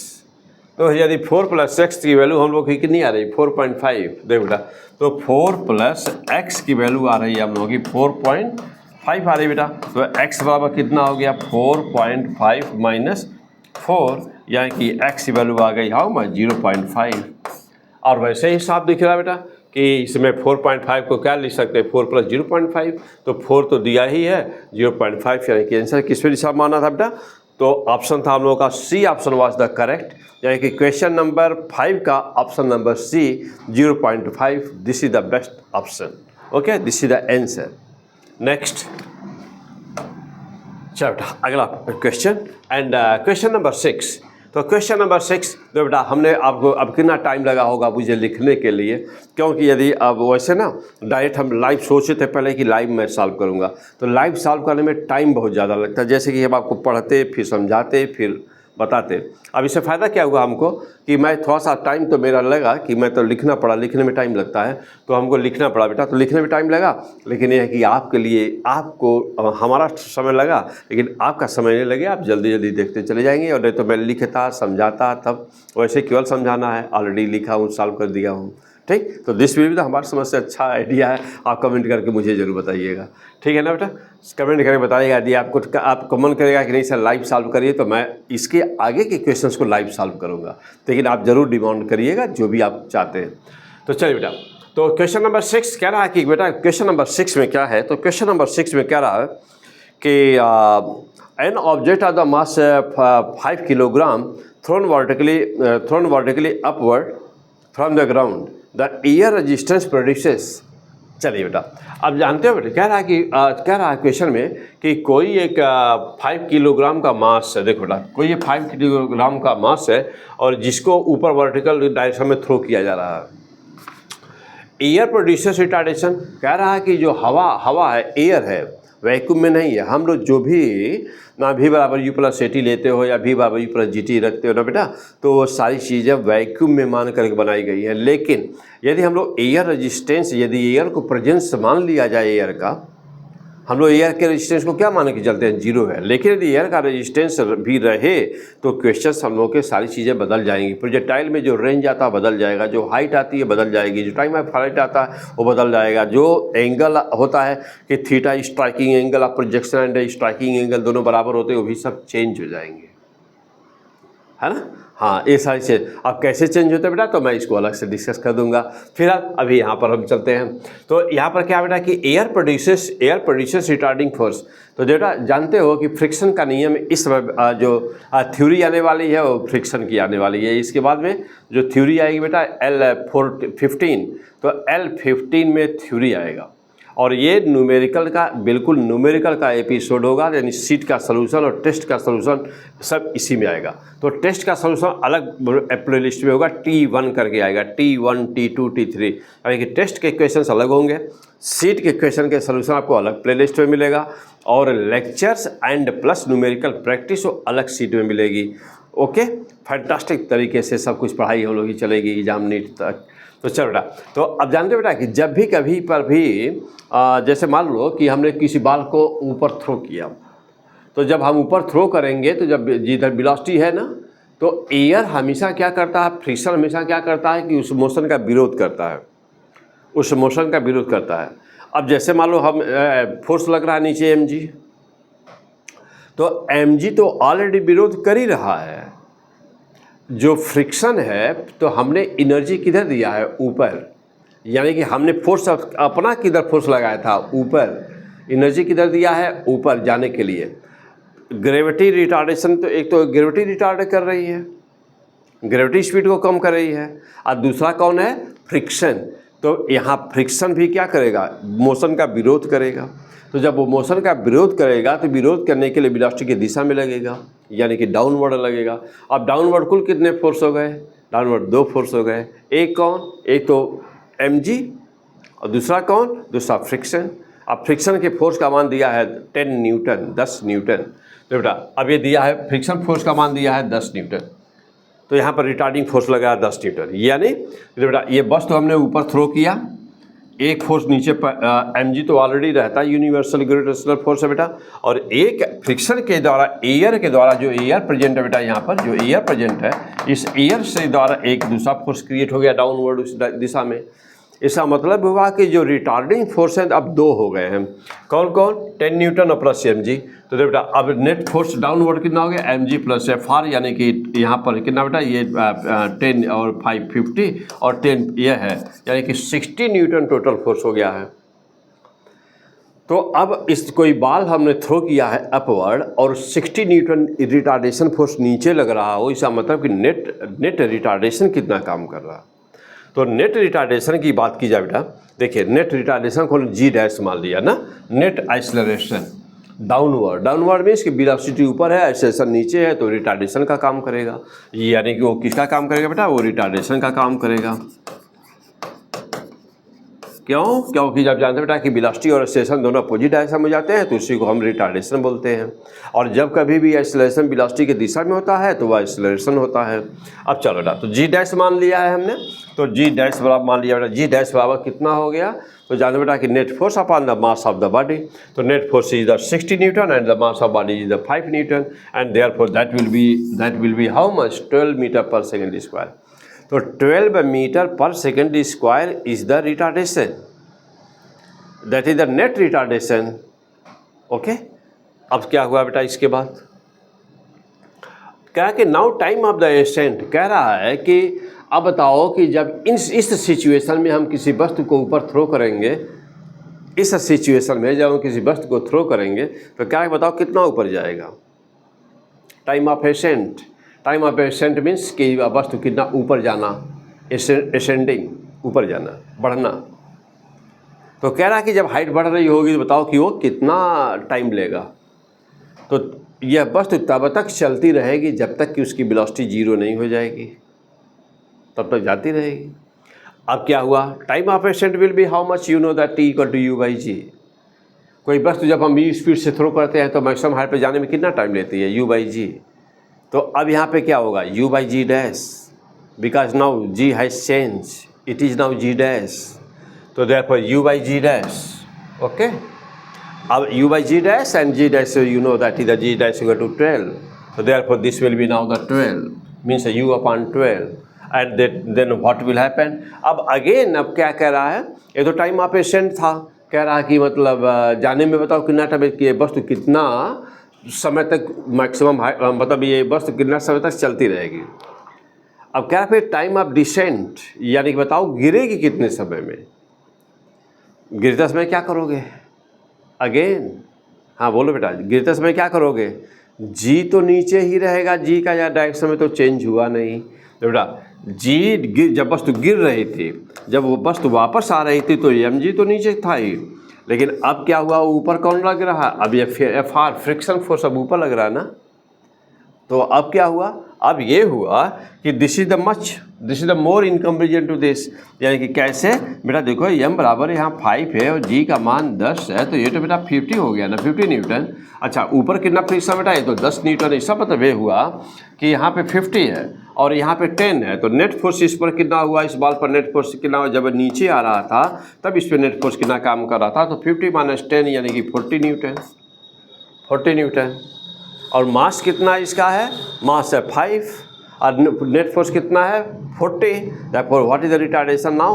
At this time what is the retardation resultant? That is the 40 upon 5, that is the 8। क्यों बेटा? तो यहाँ पर देखिए, यहाँ पर सीधे ऐसे लिखा गया है, इसी बात को यहाँ पर ऐसे डायरेक्ट कर दिया हूँ। क्या? u अपॉन अब 10 और -2 अब हो जाएगा, मतलब कि फ्रिक्शन के द्वारा जो रिटार्डेशन है, जी का मान 10 है, आप फ्रिक्शन के द्वारा 2 प्रोड्यूस हुआ, दोनों अपोजिट डायरेक्शन में है बेटा, तो यहाँ पर u बाई 8 हो गया, यानी कि u बाई 8 इतना टाइम लगेगा। ठीक, तो चाहे बेटा देखो, तो चाहे ऐसे निकाल दीजिए, the best will be this, will be also the best, and you can also right this directly, क्योंकि जी का मान 10, रिटार्डेशन फोर्स कितना? 10, मास कितना? 2, तो रिटार्डेशन के फ्रिक्शन के द्वारा रिटार्डेशन कितना हो गया? 10/2, 10/5 यानी कि 2। तो आप देखो बेटा 10 में से 2 माइनस कर दिया, तो आप चाहे जैसे भी, दोनों तरीके सही है बेटा। अब क्वेश्चन में क्या कह रहा है कि yes you have to find value of ratio of the time of ascent and the time of descent. तो टाइम ऑफ एसेंट यानी कि जाने का समय और आने का समय का रेशियो बताना है। नो प्रॉब्लम, T1/T को बेटा पहले वाले में u अपॉन 12 आया था, दूसरे वाले में u बाई 8 आया था, u बाई 12 वैसा दिया बेटा, वो 8 ऊपर गया, u नीचे आया, कैंसिल हुआ और आया हम लोग का answer 2:3। This is the fantastic answer of the question and therefore your answer is the question number 6, your answer is the option number D। Option number D, this is the very fantastic question and very fantastic answer also। okay, चलिए next question number 7। तो question number 7 what is given in the question. ये question बेटा IIT mains में अभी आया हुआ इसी साल का क्वेश्चन है, IIT मेंस 2025 में पूछा गया क्वेश्चन बेटा ये ना। तो ये IIT मेंस 2025 का एक क्वेश्चन, तो बहुत ही आसान है, कोई दिक्कत नहीं है, लेकिन थोड़ा सा मतलब जैसे क्वेश्चन तो सब क्वेश्चन आसान होते हैं। यदि आ रहा है, कंसेप्ट क्लियर है तो सब आसान है, और यदि नहीं आ रहा है तो बहुत सारे बच्चे होते हैं कि उनको स्क्वायर रूट लेने नहीं आता, या इस ग्राफ बनाने नहीं आता। A body is freely falling from a height and later you have plot the graph between the velocity and height or the height and time, तो ग्राफ नहीं खींच पाते। तो हाँ, लेकिन अब उनको यदि बेटा कोई चीज़ ऐसा नहीं होता कि टफ होता है, वो कभी देखे नहीं, पढ़े नहीं, या कोई बताया नहीं, कहीं पढ़ रहे थे तो ऐसे यूं ही इधर उधर पढ़ा दिया, तो अब उस बच्चे को नहीं आ रहा है। जो भाग्यशाली होते हैं, अच्छे टीचर मिल जाते हैं तो बातें बहुत क्लियर हो जाती हैं। बस इतना ही फ़र्क है बेटा, कुछ भी कठिन और आसान की बात नहीं होती है। आ रहा है तो आसान है, नहीं आ रहा है तो टफ है। चलो बेटा, when a ball is dropped from the height 4.9 metre, कह रहा है कि किसी 4.9 मीटर से कोई बाल है, उसे ड्रॉप कर दिया गया बेटा इनटू ए लेक, कह रहा है कि कोई झील है, कोई तालाब है, तो एक बाल 4.9 मीटर की हाइट से छोड़ा गया, और जब वह वाटर के लेवल पे गया, 4.9 मीटर की ऊंचाई से छोड़ा गया, तो वह पहले वाटर पे टकराया, और वाटर के सरफेस पर टकराने के बाद कह रहा है कि उसकी स्पीड कांस्टेंट है, ये बोला है, उसकी स्पीड कांस्टेंट है। अच्छा, और जब स्पीड कांस्टेंट है और वह पूरा टाइम दे दिया है जब से छोड़ा गया, देख बेटा, जब से छोड़ा गया बाल को, एयर में छोड़ा गया जब से, और यह वाटर के लेक के बॉटम पर, यानी कि तल पर, जो नीचे ज़मीन तक पहुंचने में, यानी कि यहाँ तक पहुंचने में बेटा, ग्राउंड तक पहुंचने में, लेक के अंदर पानी में ना, वो पूरी गहराई जितनी भी है उससे जाने पे ज़मीन पे पहुंच गया, तब तक का वो जो टाइम दिया बेटा, वो दैट वाज द 4 सेकेंड। और एक बात दिया है कि वाटर में वो कांस्टेंट स्पीड से जा रहा है, ये भी है, वाटर में वो कांस्टेंट स्पीड से जा रहा है, तो वाटर में वो कांस्टेंट स्पीड से जा रहा है। ओके, और फिर कह रहा है कि वेलोसिटी बिकम्स v। तो बेटा अब यहाँ जब छोड़े हैं तो वाटर के सरफेस पर जब टकराया तो उसकी वेलोसिटी कितनी थी? v थी। वाटर के सरफेस पर टकराते हुए उसकी वेलोसिटी क्या थी? v थी। चलिए, अब आपसे पूछ रहा बेटा, इस क्वेश्चन में पूछ रहा है आपसे कि बताओ कि लेक की, यानी कि झील की जो पानी की सतह है ना बेटा, ये मीन्स गहराई जो है, क्या बताओ कि इस झील की या लेक की गहराई क्या, डेप्थ क्या है? कोई डाउट नहीं होनी चाहिए, बहुत आसान भाई। चलिए देखिए, जब आपने इसे छोड़ दिया यहाँ पे बेटा, जब यहाँ पे छोड़ दिए तो जब यहाँ से यहाँ तक गिर रहा है तो ये तो ग्रेविटी, तो फ्री फॉलिंग का सिचुएशन है। This is the case of the free falling. तो जब ये फ्री फॉलिंग का केस है बेटा, तो यहाँ तो वेलोसिटी आप very easily you can find v = √2gh, this is the case of the free falling. तो since this is the case of the free falling, they apply v = √2gh। तो therefore what is the depth of the lake, तो पूछा गया बेटा, तो v = √2gh। अरे बेटा √2gh, h is given 4.9 metre, because this distance is given बेटा। देखो ये डिस्टेंस है ना, यहाँ से लेकर यहाँ तक, यहाँ से लेकर यहाँ तक, तो this distance, this height is given 4.9 metre. 4.9 metre, 4.9 metre से बस तो गिर रही है। तो जब वाटर के सरफेस पे टकराए तो उसकी वेलोसिटी क्या हो गई? तो वाटर के सरफेस टकराते समय बेटा 2gh 4.9, how much? 9.8 metre per second. अब ये 9.8 मीटर पर सेकेंड से ही तो पूरे, अब वाटर के अंदर पूरे लेक को, डेप्थ को कवर कर रही है। देख बेटा, तो टाइम कितना लिया? अच्छा, अब ये गिरने में बेटा, यह इतनी हाइट गिरने में समय कितना लिया था, या देख लिया जाए कि ऊपर से वाटर के सरफेस पर टकराने में कितना टाइम लिया। बेटा ये कितना टाइम लिया यहाँ से आने में, तो क्या टाइम कितना लिया? T/√2h/g होता है, तो T = √2h/g, 2 × h/g, यानी कि 1 सेकेंड, दैट विल बी 1। तो दिस इज द 1 सेकेंड। कि कितना समय लिया बेटा? ये कितना समय लिया? 1 सेकेंड। ओके, देखिए बेटा, ये 1 सेकेंड लिया। क्लियर? चलिए, अब इसके बाद क्या कह रहा है? कह रहा है कि total time is given 4 second. तो पूरा टाइम तो जब से छोड़ा गया लेकर के, जब से वो लेक के अंदर, यानी कि वो झील के अंदर उसे तली तक, बॉटम तक पहुंचने में पूरा टाइम 4 सेकेंड था। और 1 सेकेंड वो हवा में था, तो वह वाटर के अंदर कितना देर रहा? तो वाटर के अंदर बेटा 4 सेकेंड माइनस 1 माइनस कर दो ऊपर वाला जो एयर में लगा हुआ है, तो 4 सेकेंड माइनस 6 3 सेकेंड रहा पानी के अंदर, तो ये वाटर के अंदर बेटा 3 सेकेंड ही तो रहा। फैंटास्टिक। अब चलो, अब कह रहा है इस क्वेश्चन में, कह रहा है कि now the depth of the lake, तो कह रहा है कि बताओ लेक की गहराई क्या है? तो भाई लेक के अंदर वाटर के अंदर तो कांस्टेंट स्पीड से जा रहा है और 3 सेकंड का समय ले रहा है। अब किस कांस्टेंट स्पीड से जा रहा है? तो वही है भी, जब वहाँ करके ना वाटर के सर पे टकराया था उसी स्पीड से वो गया था। तो यहाँ से डायग्राम में देख लें बेटा, यहाँ पे देखिए तो डायग्राम यहाँ बेटा देखिए, तो यहाँ से यहाँ तो कांस्टेंट स्पीड से गया, v का मान कांस्टेंट है इसका है, और 3 सेकंड का समय लिया। और यहाँ पे v की वैल्यू तो आप लोग जानते हैं बेटा, यहाँ पर v की वैल्यू शायद मिली हुई है 9.8 मीटर पर सेकंड हम लोग पाए हैं ना बेटा, यहाँ पे देखो बेटा, हाँ यही है देखिए 9.8 मीटर पर सेकंड पाए हैं। सीधी सी बात है भाई, 3 सेकंड का समय, स्पीड 9.8, तो डेप्थ कितनी आ गई 9.8 इंटू 3 सेकेंड, तो 9.8 बेटा यहाँ पे, तो 9.8 into 3 that is how much 29.4 and therefore the answer is option number B। तो क्वेश्चन नंबर बेटा, तो क्वेश्चन नंबर 7 का option number B is the correct option.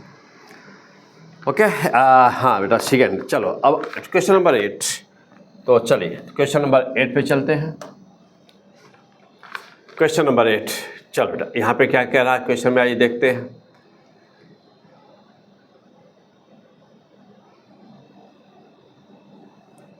Question number 8, question number 8 में कह रहा है कि balloon was moving upward with a uniform velocity of the 10 metre per second. Balloon वाला क्वेश्चन बेटा एग्जांपल लेकर के मैं ब्लैक बोर्ड पे पहले ही आपको करा चुका हूँ। बैलून वाला क्वेश्चन ना थ्योरी पढ़ाते समय ही कराया हूँ एल सीरीज में। अब जब देखना बेटा, कह रहा है कि ये कोई बैलून है, और ये कब कराया था? जब आपको लॉ ऑफ सेपरेशन पढ़ा रहे थे। चलिए बेटा, ये बैलून है जो ऊपर की तरफ 10 मीटर पर सेकंड से जा रहा है। A balloon is rising vertically upward, उसमें हीलियम गैस वगैरह भरी होगी, वो कांस्टेंट स्पीड से ऊपर जा रहा है। तो इसकी स्पीड बेटा देखो u बराबर 10 मीटर पर सेकेंड, और इसकी स्पीड क्या बनी रहती है? यस, इस क्वेश्चन में कह रहा है कि इसकी स्पीड कांस्टेंट बनी होती है। ओके, बनी हुई है और होती भी है, क्योंकि जनरली क्वेश्चन में यही देता है कि वो कांस्टेंट स्पीड से जा रहा है, तो जा रहा है 10 मीटर पर सेकेंड। ओके चलो बेटा, अब कह रहा है कि जब ये ग्राउंड से 75 मीटर की ऊंचाई पे था, यानी कि ये हाइट दिया 75 मीटर, तो जब बैलून ग्राउंड से 75 मीटर की ऊंचाई पे था तब क्या हुआ? अचानक उससे एक पैकेट छूट के अलग हुआ। A packet detached from this balloon. जानते हैं कौन सा नियम लगाओगे बेटा? Law of separation. क्या लगाओगे? Law of separation. क्या कहता है ये नियम? थ्योरी तैयार आपकी है तो आपको कोई प्रॉब्लम नहीं हो रही होगी। यदि नहीं थ्योरी पढ़े होंगे यल सीरीज तो प्रॉब्लम होगी, क्योंकि आप नाम नहीं सुने होंगे। तो लॉ ऑफ सेपरेशन क्या कहता है कि when a body separated from a moving body, then separated body follow same speed in the same direction, then separated body follow same speed in the same direction, but it never follow acceleration, उसके acceleration को कभी follow नहीं करता। यानी कि जब किसी moving body से कोई वस्तु अलग होती है, जब कभी किसी गतिमान वस्तु से कोई वस्तु अलग होती है, तो अलग होने वाली वस्तु वही स्पीड उसी दिशा में प्राप्त करती है। फॉर एग्जाम्पल, कोई एरोप्लेन जा रही है, पैकेट गिरा ना, तो पैकेट जहाँ गिरा वहाँ से सीधे नीचे नहीं जाएगा। पैकेट गिरा तो law of the separation, same speed in the same direction. जिस समय पैकेट गिरा उस समय एरोप्लेन हॉरिजॉन्टल मूव कर रहा था, मान लो कि 20 मीटर पर सेकंड से, तो पैकेट भी 20 मीटर पर सेकंड से ना एरोप्लेन के नीचे पैरेलल एरोप्लेन के चलना शुरू करेगा। लेकिन चूँकि पैकेट ग्रेविटी फ्री स्पेस में है, इसी स्पेस में है, not in the free space, मतलब ये ग्रेविटी के इन्फ्लुएंस में है, तो चूँकि वो ग्रेविटी के इन्फ्लुएंस में है तो 90 डिग्री पर फोर्स लग गया। अब वेलोसिटी पाया हॉरिजॉन्टल और mg लगा नीचे, 90 डिग्री कांस्टेंट, वेलोसिटी हो जाएगी कांस्टेंट और पैराबोला बनाते हुए जाके गिरेगा आगे। तो अब ये सब L1 L2 में सब ये सब चीज़ें बताया हूँ, सिखाया हूँ। और यदि सीखे हैं तो द बेस्ट, और नहीं सीखे बेटा तो जाके पक्का पहले सीख लो, तब इसके आगे वीडियो देखिएगा। बहुत ज़रूरी है ये सब चीज़ें, क्योंकि सीट सॉल्व हो रहा है तो पता है कैसे कैसे क्वेश्चंस हैं अभी। ठीक, तो थ्योरी स्ट्रांग होनी चाहिए अपना। चलो बेटा यहाँ तक पहुँच गए। अब चलो, तो अब जानते हो, क्या जानते हो भाई, अब इस क्वेश्चन को हम आपको सॉल्व करने का दो तरीका बताया हूँ ना बेटा। थ्योरी पढ़ाते समय एल सीरीज में दो तरीके बताया हूँ इसका सॉल्व करने का। एक पार्ट पार्ट में 2-3 पार्ट करने होते हैं। कैसे, आइए हम यहाँ थोड़ा सा समझाते हैं आपको बेटा। अब यहाँ पे करिएगा तो देखो बेटा, जब ये पैकेट अलग हुआ ना, तो जो यह मास अलग हुआ, जो इससे ये मास अलग हुआ, according to law of the separation, when mass detached from this balloon at that time, balloon was rising vertically upward, therefore the same speed in the same direction, mass will also move up, mass will also move upward, mass भी तुरंत ऊपर जाना शुरू कर देगा। कब तक? जब तक किसकी वेलोसिटी जीरो नहीं हो जाएगी तब तक। तो अब ये ऊपर जाना शुरू कर दिया, जब तक उसकी वेलोसिटी जीरो नहीं हो जाएगी तब तक ये ऊपर जाएगा। तो एक टाइम तो हम यहाँ से बता सकते हैं T1 बराबर क्या होगा बेटा, T1 बराबर, now you can find T1 बराबर U/G। अच्छा, एक चीज़, दूसरी चीज़ ये कि जहाँ पैकेट छूटा है, यानी कि जहाँ मास अलग हुआ है बैलून से ना, वहाँ से कितना ऊपर, तो आप यहाँ से बता सकते हो बेटा कितना ऊपर, तो कह सकते हो H बराबर U²/2G, इतना ऊपर। दोनों बातें हो गई। 75 metre was initially from the ground. तो देखो बेटा, तो जब पैकेट अलग हो रहा तो 75 मीटर तो पहले से ऊंचाई पे था, और H हाइट और गया ऊपर। ठीक, तो H हाइट, अब पूरी हाइट कितनी हो गई, अब पूरी हाइट हो गई बेटा 75 मीटर, और प्लस ये इतना पूरी हाइट हो गई।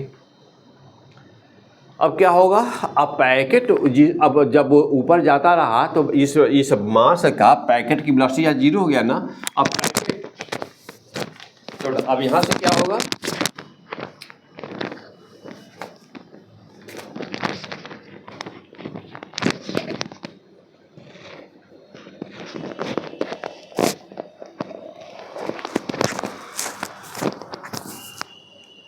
हाँ बेटा, तो अब यहाँ से क्या होगा, पैकेट अब वहाँ से फ्री फॉल करेगा ना। तो बेटा अब वहाँ से पैकेट क्या होना है, अब वहाँ से पैकेट फ्री फॉल होगा। और जब फ्री फॉल होगा तो now you have to find the value of the time. अब फिर से निकालना होगा बेटा कि वो पैकेट जहाँ पर उसकी वेलोसिटी जीरो हुई है, वहाँ से कितने देर में गिरा। अब हमको ये चाहिए कितने देर में गिरा वो फ्री फॉलिंग के दौरान बेटा। चलो, तो अब हमको ए हाइट तो पता ही चल गया बेटा। अब 75 पहले से टोटल हाइट निकाल दिया।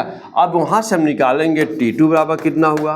अब यहाँ H या 75 या, तो √2H होता है, तो इसमें बेटा स्मॉल h और 75 उसमें सम कर दीजिए अपन, तो 2H/G। Yes, put the value small h, put the value of small g and find the value of the T2। तो टोटल टाइम कितना होगा, एक टाइम तो T1 पहले पैकेट ऊपर गया तो उस समय T1, और फिर वहाँ से फ्री फॉल किया उस समय T2, and therefore the total time is how much, तो टोटल T1 + T2। तो इतने स्टेप करना पड़ेगा। अब इसके बाद क्या करोगे, टोटल टाइम तो आ गया, अब इतनी देर तक पैकेट ना अपना पैकेट की बात हो रही, सॉरी, इतने देर तक बैलून अपना कांस्टेंट स्पीड से जाता रहा। अब सवाल यह है कि कितना देर तक हो गया है बैलून, टाइम तो निकल गया। बैलून की स्पीड कांस्टेंट थी, तो स्पीड इंटू टोटल टाइम कर दें तो ये पता चल जाएगा कि वह बैलून कितना ऊपर गया। तो पहले से कितना था 75, अब कितना गया निकाल लिया, दोनों को सम किया, दैट इज आंसर। अब क्या इसी बात के ये पूरे कैलकुलेशन को क्या हम लोग बाई इन सिंगल स्टेप कर सकते हैं। तो I have taught you in the means L2 law of separation L1 L2, yes you can check, बताया है। लॉ ऑफ सेपरेशन में बैलून का सवाल सिखाया हूँ वहाँ पे, न्यूमेरिकल वैल्यू दूसरा था। चलो बेटा आओ, अब देखो बेटा इसको अब दूसरा प्रोसेस समझिएगा, इसको इन सिंगल स्टेप कैसे करें। तो this is the most and most important line. Yes, underline करो बेटा, इसको कॉपी में अपनी अंडरलाइन करो इस बात को, तो बहुत ही इम्पॉर्टेंट है। और चूँकि यहाँ से बेटा अक्सर क्वेश्चंस आते हैं तो बहुत ही इम्पॉर्टेंट है। क्या, अब जरा समझना बेटा, ये है मास जो अलग हुआ था, ये पैकेट मास जो भी चीज़ रही हो, ये कह रहा है मास अलग हुआ, मास अलग हुआ। अब आप मतलब आप 100% श्योर हो कि मास अलग होते ही ऊपर गया है, ये ऊपर गया बेटा, ये क्लियर है। जी किधर काम कर रहा है, नीचे, यहाँ से मान लो आप यहाँ बैठे बेटा, यहाँ से आप देखिए पैकेट ऊपर, जी नीचे, हाइट भी किधर है, जहाँ बैठे हुए हैं तो पैकेट ऊपर जा कर के फिर नीचे जा ज़मीन पे जाएगा। तो हाइट किधर, जहाँ बैठे हुए वहाँ से हाइट किधर कवर होनी है, फाइनली डाउनवर्ड, यानी कि जो हाइट दी हुई है वो भी है नीचे। तो दो फिजिकल क्वांटिटी डाउनवर्ड डायरेक्शन में है, कौन कौन, जी और एच। एक फिजिकल क्वांटिटी ऐसी है जो अपवर्ड डायरेक्शन में है, कौन है, यू।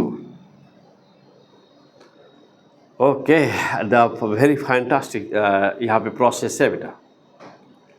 अब चूंकि ये स्पेसिफाई नहीं होता है कि ऊपर प्लस होता है और नीचे ऊपर या कि ऊपर माइनस होता है।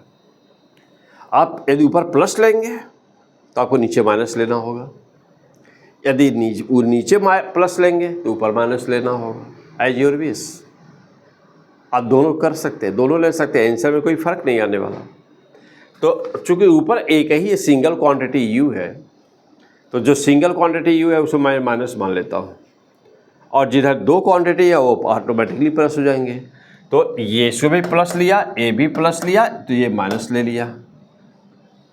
And applying in the equation number second, all putting all the values, h equal to u t plus half g t square में सारी वैल्यू रख दो, यस विद द साइन, केवल वैल्यू रख देना बेटा।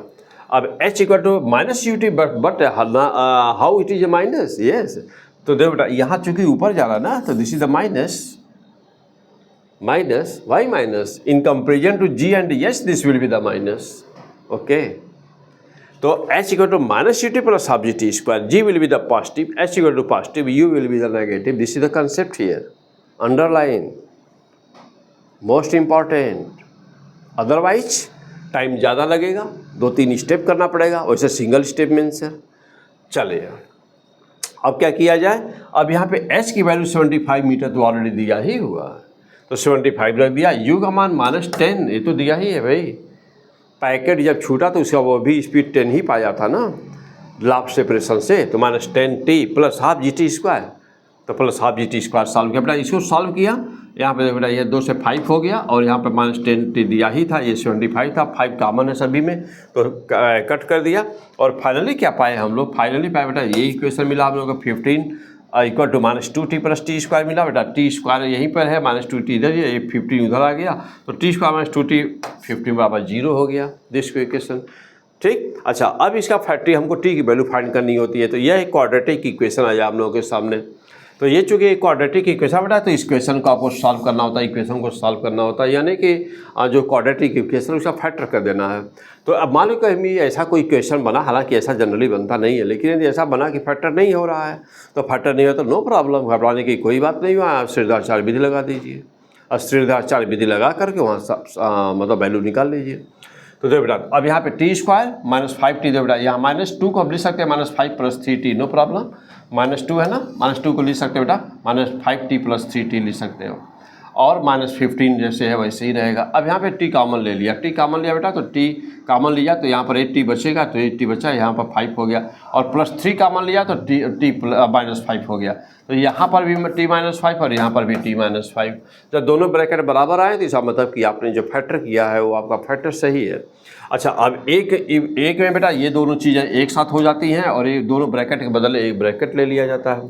तो अब t + 3 ले लिया बेटा, t + 3 बराबर 0 है, तो t बराबर -3, चूँकि t का मान माइनस में हो नहीं सकता, इसलिए मतलब ये हुआ कि this value is not acceptable, and then what will happen, तब दूसरे फैक्टर पे चलते हैं। तो t - 5 = 0, then t = 5 and this is the very fantastic answer. तो t = 5 सेकेंड, कि now you are sure that the time total time packet जब से छूटा ऊपर गया फिर आके गिरा, ये पूरा सब कुछ होने में t का मान 5 सेकेंड लगा।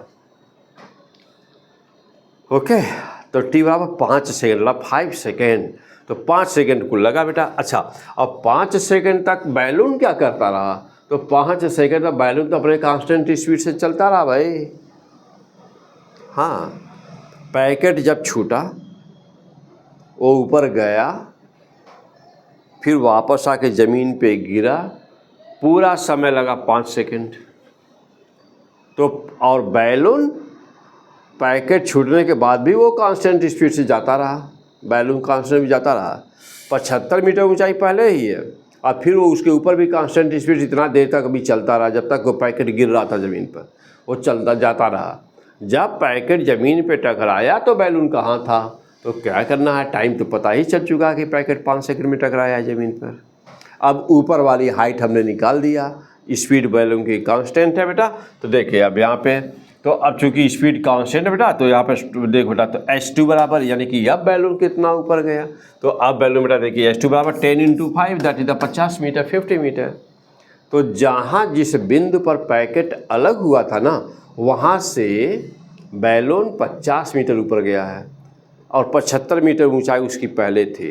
आपसे पूछ रहा है क्वेश्चन में कि जब पैकेट ज़मीन पे टकराया तो बताओ कि ज़मीन से बैलून की ऊंचाई क्या थी। तो उस समय कोई प्रॉब्लम नहीं बेटा, 75 मीटर पहले से थी, 50 मीटर और गया, 125 metre. And this answer is question number 8, answer is option number C. Option number C, this is a very fantastic answer. Okay, next question number 9। Question number 9. So question number 9, again come on the point, and this is a very interesting question. This is a very simple question. I have taught you in the lecture number L1 or either in the L1 or the L2. क्या कह रहा है कि वो water drop वाला question बेटा, water drop कि मतलब जैसे कोई आपको क्वेश्चन दे देगा, या तो जैसे वाटर ड्रॉप, जैसे कोई पाइप है जिससे वाटर की ड्रॉप 1 by 1 लीकेज है, तो 1 by 1 at fixed time interval water drops are the falling freely from any water tap। या कह देगा कि किसी सीलिंग वगैरह से, छत वगैरह से पानी चू रहा है ना, 1 by 1 कुछ ऐसा। तो कुछ इस तरह का कोई चीज़ रेगुलर टाइम इंटरवल पे गिर रही होती है बेटा, तो उसका क्या प्रोसेस होता है ऐसे क्वेश्चंस को सॉल्व करने का। ओके, चलो बेटा, तो ऐसे क्वेश्चंस को सॉल्व करने का क्या प्रोसेस होता है, तो yes okay, come on the point. देखो बेटा, अब यहाँ पे आपको ऑलरेडी क्वेश्चन में क्या दिया है बेटा, तो चलते हैं। जैसा कह रहा है कि water drops are the falling from a nozzle at of a shower ना, ऑफ ए क्या लगा बेटा, shower, of a shower on to the floor from the height 9.8 metre, height is given 9.8 metre. तो बेटा चलिए, तो यहाँ पर एक शॉवर कोई लगा हुआ बेटा, जो नहाते हैं आप ना शॉवर में, तो यहाँ पे शॉवर कोई लगा हुआ बेटा। कह रहा है कि उससे वाटर की ड्रॉप 1 by 1 गिर रहा है। तो 1 by 1 गिर रहा है, तो देखो बेटा, तो अब जब गिर कैसे रहा है, तो आप देखो बेटा, ऊपर से जब काउंट करोगे तो आपको यहाँ से जब देख रहे हो तो नंबर 1 2 3 कह रहे हो ना, बोल रहे हो ना। लेकिन पेपर के अकॉर्डिंग जो सबसे पहले छूटा होगा वो तो नंबर 1 होगा। तो नंबर 1 पेपर के according this will B 1, this will B 2 and this will B 3 होगा ना, क्योंकि जो सबसे पहले छूटा वो नंबर 1 था, ये नंबर 1 था। जो उसके बाद छूटा वो नंबर 2 था, जो उसके बाद छूटा वो नंबर 3 था। ठीक, तो अब फिलहाल ना बेटा ऐसा काम कर रहे थे, हम इसको हटा दें तो आप कन्फ्यूज होंगे, इसको हमको अभी। तो यहाँ पर आप जानते हो कि इस क्वेश्चंस के जब मैं बताया हूँ तो आपको 2 तरीके से बताया हूँ। एक तो तरीका मैं बताया था बेटा कि जैसे मैं यहाँ बता रहा हूँ, और दूसरा तरीका एक और स्पेशल बताया हूँ। एक लाइन का क्वेश्चन होता है कि यहाँ पर h बराबर हाफ GT² n - 1 का होल स्क्वायर, यानी आपको याद आ रहा होगा बेटा, कुछ याद आ रहा है, तो वहाँ से हाफ GT² की वैल्यू निकाल देते हो ना बेटा। तो अब बताया हूँ कि h = हाफ GT² n - 1 का होल स्क्वायर। तो यहाँ पर मैं बहुत शॉर्टकट स्मार्ट तरीका बना दिया हूँ। तो यहाँ से हाफ GT² की वैल्यू निकाल देते हो, हाफ जी टी स्क्वायर बराबर होता है h/n-1 का होल स्क्वायर। तो यह एक प्रोसेस तो यह है कि हाफ जी टी स्क्वायर की वैल्यू निकाल देते बेटा और काउंटिंग ऊपर से कर देते हो और सबका एक एक का निकालते चले जाते हो। तो ये प्रोसेस ऑलरेडी मैं आपको बताया हुआ हूँ। अच्छा, अब यहाँ पे मैं एक और प्रोसेस आपको बता दे रहा हूँ कि इस तरह से भी करना है, तरीका है भी सीख लो बेटा। क्या है अब यहाँ पे आओ चल कर देखते हैं। तो चल बेटा अब यहाँ पे क्या है देखो, अब देख लिया जाता है कि कुल कितने गैप हैं। तो this is also very simple process, no problem. तो बेटा कितने गैप है, तो देखो बेटा यहाँ एक गैप यहाँ है, एक गैप यहाँ, दो गैप है मिल रहे हैं कुल, तो बेटा दो ही गैप है ना। अच्छा, आप जानते हो जितने वाटर के ड्रॉप होंगे ना टोटल नंबर, जैसे मान लो 10 है, जैसे सपोज दैट कि 10 वाटर ड्रॉप्स आर देयर, तो how many gap will be there, एक कम 9 गैप विल बी देयर। और चूंकि बराबर टाइम इंटरवल पे सब गिरे हुए हैं, तो एक को माना टी, तो टोटल टाइम हो गया 90। Very fantastic, total time 90। एक गैप टी, बेटा एक गैप टी, तो यहाँ दो गैप है, तो that will be how much, that will be 2t, तो that will be t plus t बराबर that will be the 2t। तो this is an other process. यहाँ पे तो बताया हूँ this is a very smart process, this is also very smart process. जो आपको अच्छा लगे बेटा उससे सॉल्व कर दो, वेरी सिंपल क्वेश्चन। तो बेटा तो टोटल टाइम क्या 2t, okay. But in your question this is given that the height of the shower is 9.8 meter, it is given in the question, and therefore t will be how much, 2h by g, and therefore 2h by g, that is the root 2 second। तो water की एक drop गिरने में कितना समय लेता है बेटा, रूट 2 सेकेंड लेता है। तो रूट 2 सेकेंड, तो बेटा अब चूंकि हमारा जो 2t है ना, तो पूरा टाइम जो मेरा 2t है वो रूट 2 के बराबर आ रहा है। तो बेटा तो पूरा टाइम 2t रूट 2t के बराबर आया ना। अच्छा, अब इसके बाद t बराबर क्या होता है, सॉल्व किया तो t बराबर हमारा है 1/√2, यानी कि एक गैप को कवर करने में जो समय लग रहा है दैट इज द 1/√2 सेकेंड। तो 1/√2 सेकेंड। अब कह रहा है कि now the height falls by the second. अब कह रहा बेटा कि जो कह रहा है कि जिस समय पहला ड्रॉप ज़मीन पे टकराया होगा, क्वेश्चन आपके पास सेट है बेटा, तो क्वेश्चन आप वहाँ पे पढ़ते जाइएगा, देखते जाइएगा। तो जिस समय पहला ड्रॉप ग्राउंड पे टकराया, ठीक at the same instant what was the height of the second drop from the ground. आपको ये वैल्यू बतानी है। तो सेकेंड ड्रॉप यदि पता चल जाता ना बेटा कि सेकेंड ड्रॉप कितना मीटर गिरा है, तो पूरी हाइट तो पता ही है, और ऊपर से पता चल जाए कि सेकेंड कितना गिरा है, तो पूरी हाइट में से उतना गिरा हुआ हिस्सा निकाल देंगे, ज़मीन से हाइट आ जाएगी।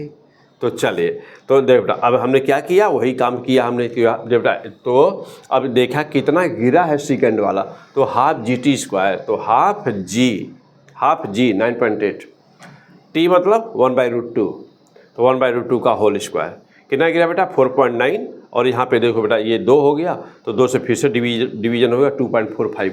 तो बेटा तो 2.45 मीटर, यानी कि ड्रॉप नंबर 2 ऊपर से 2.45 मीटर गिरा। अब पूरी हाइट रही है 9 क्या how much, that was perhaps how much, और 9.8। तो पूरी शावर की हाइट जो है कितनी है 9.8, तो 9.8 माइनस 2.45, ओके। तो 2.45 that is the 7.35। The answer is fantastic, that is the option number D. Option number D is the correct answer. Next question number 10। Question number 10. In the question number 10, this ball is from the height. Yes. Question number 10. Okay. So in this question, what is asked in the question? It is given that a ball is the released from the height h. किसी h height से कोई ball को छोड़ दिया गया बेटा। कह रहा है कि T1 and T2, if T1 and T2 ना बेटा be the time required to complete the first half and the second half. Yes, very fantastic question, most important question. क्या कह रहा है बेटा, कह रहा है क्वेश्चन में कि एक कोई जो बेटा कह रहा है क्वेश्चन में अगेन ए बॉल, तो कह रहा है बेटा कि एक कोई बॉल है ऐसा छोड़ दिया गया, पहला फर्स्ट हाफ, यानी कि ये जो डिस्टेंस बेटा ना पूरी डिस्टेंस यहाँ से यहाँ तक की मान लो h है, तो कह रहा है कि पहला हाफ T1 लगा है और सेकेंड हाफ जो ये इतना है इसमें समय लगा है T2, और पहले वाले में लगा है T1। ये बोला है T1 and T2, what is the T1 and T2। तो आधा पहला आधा डिस्टेंस T1 और दूसरा आधा डिस्टेंस T2, ये कह रहा है। अच्छा, अब जानते हो बेटा, ऐसा जब भी कभी भी क्वेश्चन होता है तो ध्यान देना कि पहले पूरा टाइम निकाल लिया जाता है, फिर T1 निकाल लिया जाता है। अब पूरे में से T1 को माइनस कर देते हैं, मीन्स कि ये पूरा टाइम हमने निकाला बेटा, ये पूरा टाइम कितना लगा T, ओके। हमको फाइंड करना है T2, तो ये हम निकाल लिए हैं T1। तो पूरे टाइम में से यदि हम T1 निकाल दें तो T2 की वैल्यू अपने आप आ जाएगी ना। हाँ, यही प्रोसेस होता है, परफेक्ट प्रोसेस। कैसे सॉल्व होता है क्वेश्चन। अब चलो देखो, अब हमने क्या किया बेटा, a ball release from the height, yes. तो हमने देखा कि T1 time taken to cover the first half, यानी कि पहला आधा डिस्टेंस कितना देर में गिरा है ना, पहले उसको निकाल लो। तो बेटा हमने पहले उसको निकाल लिया, फर्स्ट हाफ निकाल लिया बेटा, ओके। चलो अब देखो, अब तो T1 बराबर अंडर 2h/g, तो 2h/g और आधा है ना, आधा के लिए यहाँ हाफ कर दिया यहाँ पे, तो ऊपर का 2 नीचे के 2 से कैंसिल हुआ, h/g। यानी कि जो फर्स्ट हाफ गिरने में जो समय लगा that is √h/g, okay. Clear है बेटा। आओ अब आगे फिर चलते हैं। अब क्या है कि टोटल टाइम कितना है यार, उसको देख लिया। तो टोटल टाइम तो आप जानते हो बेटा, फ्री फॉलिंग का केस है, T बराबर अंडर 2h/g। तो बेटा तो टोटल टाइम T बराबर अंडर 2h/g। अच्छा, अब हमको T2 बताना है बेटा। तो अभी सिखाया हूँ कि T2 बताने के लिए ना हमेशा क्या करते हैं कि जो पूरे में से पहले को माइनस कर दिया जाए। तो बेटा T2 बराबर क्या हुआ, T माइनस T1 कर दें। तो T2 बराबर क्या हुआ, T बराबर कितना बेटा, अंडर 2h/g, ये आया हुआ है √h/g, माइनस कर दो। अब h/g यहाँ भी है, h/g यहाँ पे कॉमन ले लो। तो इसको हमने बेटा T2 बराबर क्या हुआ, ये कॉमन ले लिया और यहाँ पे आ गया √2 - 1 × T1, and that is the fantastic answer, and your answer is the option number D. Option number D is the correct answer. Okay, fantastic. Okay, चले अगला question. And next question, so next question is a very interesting question. This is the question number 11, and in this question has been asked in your examination many times. And the question is, it is given the question that a juggler throw balls vertically upward with the same initial velocity in air.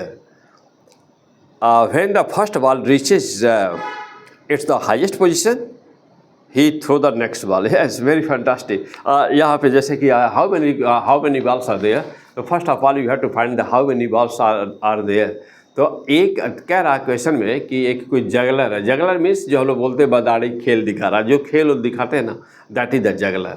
हाँ, juggler मतलब वो नहीं कि जो 420 करते हो, juggler नहीं। Juggler means जो खेल वगैरह दिखाते हैं ना, कहीं चौराहे पर या कहीं भीड़ भाड़ वाले एरिया में नहीं होते हैं, खेल वगैरह दिखाने लगना शुरू कर देते हैं, वो जगलर। तो कह रहा है कि क्वेश्चन में कह रहा है कि कोई जगलर है and throwing the ball, and just like this, what is the process of the throwing the ball? When first ball goes at the maximum height, when first ball goes are they achieved at the maximum height, then the second ball he throw the second ball. कि जब पहला ball maximum ऊंचाई पे पहुंच जाता है तब वो दूसरे बॉल को थ्रो करता है। This is the process. अब आप बताओ कि वो ये तो अच्छा बेटा देखो, तो अब फिर क्या हुआ, कितने बॉल वो थ्रो कर रहा है, इसका मतलब जल्दी बोलिए। पहला मैक्सिमम हाइट पे है, दूसरा भी हाथ में है। तो जब दूसरा वाला थ्रो कर देगा तो जितना देर में ये जाएगा मैक्सिमम हाइट पर, उतना देर में जो मैक्सिमम हाइट पे था उसके हाथ में आ जाएगा। दोनों हाथ से नहीं कर रहा थ्रो, हाँ एक हाथ से कर रहा है ना, हाँ एक हाथ से कर रहा है। तो अगेन एक बॉल को थ्रो किया, शर्त यह है कि जब पहला बॉल मैक्सिमम हाइट पे होगा तब दूसरे को थ्रो करेगा। तो अब पहला पहुंचा मैक्सिमम हाइट पे, जब मैक्सिमम हाइट पे पहुंचा तब दूसरा तैयार है थ्रो करने को। जो मैक्सिमम हाइट से वो नीचे आना शुरू हुआ तब वो थ्रो कर दिया। अभी जब तक फिर जाएगा मैक्सिमम हाइट पर तब तक पहला वाला से हाथ में आ जाएगा और ये प्रोसेस चलता रहेगा। क्लियर? अब देखो इसका मतलब ये हुआ, इसका मतलब ये बेटा कि वो पर सेकेंड कितना बॉल थ्रो कर रहा है। तो जितने बॉल्स हो जाए, ये तो कंफर्म हो गया कि there are only 2 balls, there are only 2 balls. तो अब जानते बेटा एक बॉल को कितना टाइम मिल रहा है। वेरी इंटरेस्टिंग क्वेश्चन है, वेरी टेक्निकल क्वेश्चन आल्सो। एक बॉल को कितना टाइम मिल रहा है। तो अभी बेटा मैं शॉर्टकट आपको स्मार्ट भी बताता हूँ क्या करना, सबसे पहले क्वेश्चन को पढ़ करके देख लेना ना कि how many number of the balls, how many ball juggler is throwing, वो संख्या पता कर लेना पहले। माना n है, let us consider that number is n, वहाँ पे 2 हो सकता है, 3 हो सकता है, 4 हो सकता है, कुछ भी हो सकता है ना। तो यहाँ पे 2 है, फिलहाल हमने माना कि वो कितना n है। तो चलो बेटा देखो, तो अब सेकेंड बॉल को तब थ्रो करता है जब पहला अपने मैक्सिमम हाइट पे होता है। तो ये मैक्सिमम हाइट पे है। अब जब ये यहाँ से आना शुरू होगा तो यहाँ से जाना शुरू होगा। चलिए अब फर्स्ट स्टेप क्या करो बेटा, टाइम अवेलेबल, बेटा तो time available for the each ball, तो एक बॉल को कितना समय मिल रहा है, तो 1 ball will get 1/n second, 1 ball will get 1/n second, तो 1/n सेकेंड। अब क्या हुआ, n equal to number of the balls thrown per second. अब देखो बेटा, अब 1 सेकेंड में मान लेना कि पर सेकेंड जगलर इज थ्रोइंग पर सेकेंड n बॉल, और ये ना आपको पता कर लेना पहले कि कितना 1 सेकेंड में कितना बॉल थ्रो कर रहा है। तो अब जा देखना बेटा, तो n equal to number of the balls thrown per second. तो अब देखो and velocity of the projection should be u/g। अब तो देख रहे हो यहाँ पे जानते हो बेटा, देखो time available for each ball कितना होगा, तो time available for each ball कितना होगा बेटा, तो यहाँ पे देखो time available for each ball, तो time available for each ball will be 1/n second. पर सेकेंड जितना बॉल वो थ्रो कर रहा होगा, सीधे सीधे ये आंसर हो जाएगा बेटा। अच्छा, अब n बराबर number of the balls thrown per second, अब फिर and velocity of the projection, तो velocity of projection u equal to g/n हो जाएगा। तो इस लाइन को अंडरलाइन करो बेटा, रेड पेन से देखो कि u बराबर कितना होगा, तो u बराबर g/n होगा, u बराबर g/n होगा। कैसे, मैं बता रहा हूँ, देखो बेटा v बराबर u माइनस gt होता है, यू नो वेल। अच्छा, अब ये v बराबर क्या होगा 0 और u माइनस जी टी, तो u बराबर क्या हुआ gt, तो u बराबर क्या बेटा, u बराबर क्या हुआ, तो बेटा u बराबर क्या होगा, तो यानी कि यहाँ से t बराबर निकाल दिया जाए, तो u नहीं, तो चलो बेटा u बराबर gt है ना बेटा। अब यहाँ पे u बराबर देखो बेटा, अब t का मान हमने रख दिया है, तो t बराबर हम लोग का क्या है 1/n, तो बेटा t बराबर 1/n है, तो g/n, तो u बराबर g/n। तो ये याद रखना बेटा, भूले मत कि u बराबर g/n होता है, n number of the balls, g constant जानते हो। अच्छा, अब ये t का मान आ गया बेटा। अब चलो, अब कह रहा है कि now the maximum height is achieved by the, अब आपसे पूछा क्या क्वेश्चन में है, आपको सीट सामने बेटा, आप पढ़ते रहिए, ध्यान देते रहिए, समझते रहिए। तो अब देखो, अब कह रहा है कि नाउ मैक्सिमम हाइट का वर्ड बाय द बॉल, तो एक बॉल कितना ऊंचाई तक जा रहा होगा, तो क्या करना है, यदि u की वैल्यू पता हो और हमको हाइट बताना हो, no problem, h equal to u square upon 2g, equation number 3 लगा दीजिए। तो h equal to u square upon 2g, तो u का मान g/n आया ही है बेटा, अपॉन 2g, सॉल्व कर दो, g square upon n square हो जाएगा, तो बेटा g स्क्वायर अपॉन 2 पहले से ही है, g यहाँ पहले से ही है, n स्क्वायर हो जाएगा, n स्क्वायर, g से g कैंसिल हुआ, g अपॉन 2n स्क्वायर, तो h equal to g upon 2n square. This question has been asked in your examination, therefore most important questions. और ये पक्का है, यकीन मानिए कि यदि ये क्वेश्चन पूछ दिया जाए तो कम से कम 95% स्टूडेंट फेल हो जाएंगे, नहीं कर पाएंगे इसे। 95% स्टूडेंट्स अपने ही यहाँ हमारी ऑफलाइन की क्लासेज में बेटा अप्रॉक्सीमेटली मतलब कि 97% के स्टूडेंट्स ने नहीं सॉल्व किया, मतलब एक ही सर नहीं आ रहा है इसको, लेकिन अब बता दिया हूँ तो तैयार हो गया सबका, ठीक बेटा। तो हाँ, तो आपको भी यदि पहले नहीं आया है तो नो प्रॉब्लम, तो है भी, ऐसा है भी, मतलब बात थोड़ा डाउट है बेटा कि काउंटिंग कैसे करें ना, वो नहीं समझ में आएगा, ठीक। चलो बेटा आओ नेक्स्ट, कह रहा है कि अगला क्वेश्चन बेटा, क्वेश्चन नंबर 12 पे हम लोग पहुंच गए हैं। तो आइए बेटा क्वेश्चन नंबर 12 है। क्वेश्चन नंबर 12 पे कह रहा बेटा, देखिए क्वेश्चन शीट आपके सामने है। तो कह रहा बेटा कि ये particle locate at x equal to 0 at time t equal to 0 starts to be along the positive x direction with the velocity v such that v equal to alpha root x। तो a की जैसा दिख रहा है, that is the alpha, और you can say a that is the positive constant. तो देखो बेटा, तो कह रहा है कि particle starts at x equal to 0 and it is given that v equal to alpha, alpha this is any constant, तो other you can say alpha और a ले लें, कुछ भी को नो प्रॉब्लम। तो v equal to alpha root x it is given. चलो बेटा, अब आपको बताना है यहाँ पे ना, आपको ये क्वेश्चन में पूछ रहा है, दिस मोस्ट इंपॉर्टेंट। तो क्वेश्चन में पूछ रहा है कि डिस्प्लेसमेंट टाइम के साथ कैसे वेरी कर रहा है। तो बेटा सिचुएशन ये दिया हुआ है, this situation means question is given to you in your sheet. Question is given very fantastic, and it is given that the velocity is velocity diatic proportion to the under root displacement. Root means under root displacement, and you had to find that the how displacement varying with the time. This is your question. तो अब यहाँ पे क्या है रहा, particle at x equal to 0, तो v equal alpha this is given and you have to find the displacement varies with the time. Yes, what is the relation. तो चलो अब यहाँ पे देखा जाए बेटा, इसको सॉल्व करना है। चूँकि आपकी वेलोसिटी को रूट एक्स करके लिखा हुआ है, तो फर्स्ट ऑफ ऑल दिमाग में तुरंत आना चाहिए बेटा कि वेलोसिटी को हम एक्स के फॉर्म में कैसे चेंज कर सकते हैं। तो वेलोसिटी को हाउ कैन यू चेंज, तो वेलोसिटी बराबर v बराबर जानते हो बेटा dx बाई dt होता है। तो v बराबर dx बाई dt होता है, तो dx बाई dt, यस, तो dx by dt equal to alpha root x can be written, and therefore now dx will be यहीं पे dx बराबर क्या होगा बेटा, ये उधर भेज देते हैं, उस साइड में भेज देते हैं, उधर भेज दिया, उसके dt को उधर भेज दिया इस फॉर्म में। ऐसा क्यों करते हैं बेटा, ऐसा इसलिए कर रहे हो तो इसको इंटीग्रेशन के फॉर्म में हम dx के फॉर्म में लाएंगे तभी तो सॉल्व होगा। अच्छा, अब इधर क्या बेटा dx तो ये उधर भेज दिया, और दूसरा बेटा यहाँ dx है और यहाँ x है, तो x और x वाला टर्म एक पास कर लेना होता है। तो x वाला टर्म को हमने एक पास कर लिया, और यहाँ पर क्या बेटा अल्फा, ये तो इधर चला गया, तो अल्फा dt यहाँ बचा, अल्फा dt बचा। अच्छा, और कह रहा है कि x बराबर 0 पर, t बराबर 0 पर वस्तु x बराबर 0 पे थी। इसका मतलब ये हुआ कि जो लिमिट हमारी लेनी है डिस्टेंस की, वह x बराबर 0 से x लेनी है, और जो टाइम की लिमिट है वह t बराबर 0 से t है। तो बेटा तो यहाँ पर 0 से x और 0 से 0 से t ये लिमिट लेनी है।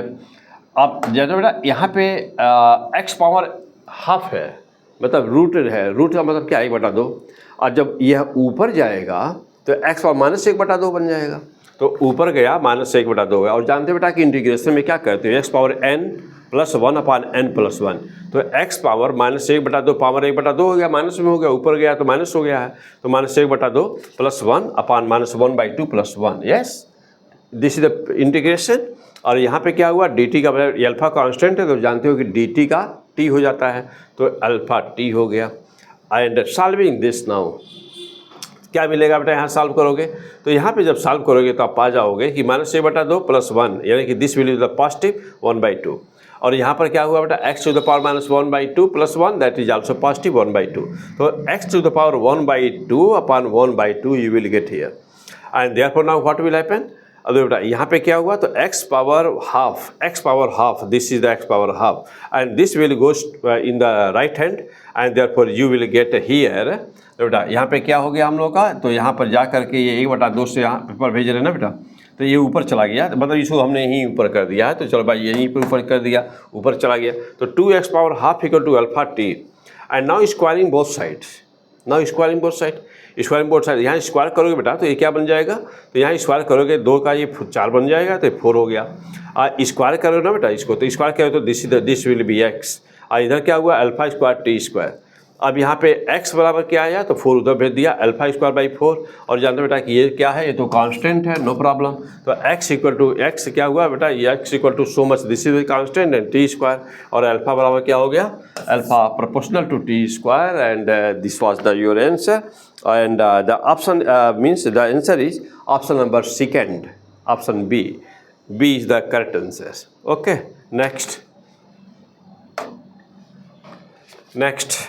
अब देख बेटा, तो बहुत ही इंपॉर्टेंट क्वेश्चंस, और आपको याद होगा यदि कोई भी ऐसा स्टूडेंट पढ़ रहा है इस समय जो नीट 2025 में एग्ज़ाम के 1 महीना पहले 2 महीना पहले हमने पढ़ाया था, तो उस समय भी पढ़ा था, तो यह क्वेश्चन आपको याद होगा कि हमने आपको बताया था, और हमने इसका टेस्ट में भी दिया था बेटा। तो जानते हैं कि 2 ही टेस्ट लिया था, 2 में से लगभग 8 क्वेश्चन एज इट इज आए हुए थे नीट में। तो मौका कभी न चूकिएगा डॉक्टर बनने का, और द बेस्ट P100 फिजिक्स आप जहाँ पढ़ रहे हैं, आप बहुत अच्छी जगह पढ़ रहे हैं, बहुत लकी हैं कि आप इसमें पढ़ रहे हैं। चलिए फिलहाल तो देखो बेटा, तो नीट 2025 में पूछा गया क्वेश्चन, अंतर क्या था, तो अंतर ये था कि हमने आपको यहाँ पर यही क्वेश्चन t बराबर alpha x square plus beta x लेकर के बताया था, और आपके नीट एग्जाम में क्या किया था ना, अल्फा बराबर 1 कर दिया था और बीटा बराबर भी 1 कर दिया था आपके एग्जाम में नीट में। देखिए टी बराबर एक्स स्क्वायर प्लस एक्स कर दिया था, यानी कि अल्फा बीटा को 1 1 कर दिया था। यस, यदि मान लीजिए कि किसी बच्चे को, तो हमारे बहुत सारे स्टूडेंट थे उनको आंसर याद था, तो ये लेकिन इसी पर alpha x square plus beta x उनको याद था, और जिन बच्चे को याद था बस वो अल्फा की जगह पर 1 कर दिए, हो गया तुरंत, कुछ करना ही नहीं पड़ा उनको इस क्वेश्चन में। अब हो सकता है कि कुछ बच्चे गलत किए हों। फिलहाल आइए देखते हैं बेटा। अब आपसे पूछ रहा है, इस क्वेश्चन पे पूछ रहा है कि एक्सेलरेशन क्या होगा, तो एक्सेलरेशन क्या होगा, चलिए बेटा सॉल्व कर देते हैं। तो देखो बेटा, ये टी दिया हुआ है, टाइम दिया है, और इधर दिया है डिस्प्लेसमेंट। तो जानते हो कि कहीं पर भी यदि डिस्प्लेसमेंट दिया है और डिस्प्लेसमेंट और टाइम का इक्वेशन दिया हुआ है, डिस्प्लेसमेंट और टाइम, तो उसका डिस्प्लेसमेंट का first derivative with respect to the time, यानी कि उसको डिफ्रेंशिएट कर दिया जाए, तो फर्स्ट जब डिफ्रेंशिएशन करते हैं तो क्या मिलता है, वेलोसिटी, और दोबारा कर दें फिर टाइम के रिस्पेक्ट में डिफ्रेंशिएट करें तो मिल जाता है एक्सीलरेशन। तो इसको हमको 2 बार डिफ्रेंशिएट करना, नाउ इट इज कन्फर्म। तो सबसे पहले हमने टी के रिस्पेक्ट में डिफ्रेंशिएट किया, तो टी के रिस्पेक्ट में कितना होता है 1, तो दिस इज द 1। अब याद रहा 2 बगल में आया तो 2 अल्फा एक्स, और चूँकि कर रहे हो ना, कर बेटा टी के रिस्पेक्ट में कर रहे हो और डिस्प्लेसमेंट को कर रहे हो, तो जानते हो कि ऐसे केस में डिफ्रेंशिएशन सिखा चुका हूँ आपको। तो ऐसे सिचुएशन में क्या होता है, एग्जैक्ट डिफ्रेंशिएशन नहीं होता है ना, तो ऐसे में डिफरेंशियल कोफिशिएंट से मल्टीप्लाई करना होता है। तो अब ये क्या बना बेटा, देखो 2 बगल में आया तो 2 alpha x D x by D T, यानी कि इसे मल्टीप्लाई करना होता है आपको। ओके, अब चलो बेटा, अब देखो बीटा है और बीटा एक्स के रिस्पेक्ट में मीन्स टाइम के रिस्पेक्ट में करने जा रहे हो, तो क्या बना, बीटा का बीटा ही रहा बेटा, और ये डिफरेंशियल कोफिशिएंट से मल्टीप्लाई हुआ, D x by D T बना। अच्छा, अब मान लो कि यहाँ बेटा आप करते एक्स के रिस्पेक्ट में करते डिफ्रेंशिएट, तो क्या होता एक्स के रिस्पेक्ट में, तो देखो बेटा ये 2 बगल में आता 2 अल्फा एक्स हो जाता, तब ये चीज़ नहीं रहती ना। क्यों? क्योंकि जिसको कर रहे हो और जिसके सापेक्ष कर रहे हो वो दोनों एक ही है। तो जब दोनों एक ही होते हैं तो मल्टीप्लाई करने की आवश्यकता नहीं होती है, ठीक। लेकिन जब दोनों अलग अलग होते हैं तो मल्टीप्लाई करने की आवश्यकता होती है। फॉर एग्जांपल मैं कहूँ कि x के रिस्पेक्ट में करो, इसका क्या होगा बेटा, बीटा, x के रिस्पेक्ट में 1। लेकिन मैं कहूँ कि बीटा x को t के रिस्पेक्ट में करो, तो बीटा हुआ और x का ना बेटा, x का तो 1 हुआ, लेकिन डिफरेंशियल कोफिशिएंट से मल्टीप्लिकेशन भी होगा। तो दे बेटा, तो x का तो 1 हो गया, लेकिन डिफरेंशियल कोफिशिएंट से मल्टीप्लिकेशन हुआ dx बाई dt से। Okay, fantastic. चलिए अब चलो बेटा, अब यहाँ तक हो गया, तो जानते हो बेटा कि dx बाई dt बराबर क्या होता है, वेलोसिटी, और dx बाई dt बराबर यहाँ पर भी क्या हुआ, वेलोसिटी। तो your final equation becomes what, 1 equal to 2 alpha x v plus beta v, and again mind here this is the velocity also, here velocity also, you are taken common velocity, तो therefore velocity taken common and you will get 2 alpha x into beta, 2 alpha x plus beta, 2 alpha x plus beta and taken velocity common, and now find the value of the v. तो v का मान निकाला बेटा, क्या आ गया, v बराबर 1/2 alpha x plus beta, 1/2 alpha x plus beta. मान लीजिए कि इस क्वेश्चन में पिछले साल पूछा एक्सेलरेशन, और इस साल यही क्वेश्चन देख करके पूछ दे वेलोसिटी बताओ, तो वेलोसिटी बताओ, तो yes this will be the velocity. अब इसी को मान लो बेटा ऊपर लेकर के गया और 2 अल्फा एक्स प्लस बीटा पर पावर -1 कर दिया, किसी में किसी -2 कर दिया, ऐसा हो गया ना question. Underline this is the value of the velocity, but velocity is not asked in the question, it is asking that what is the acceleration।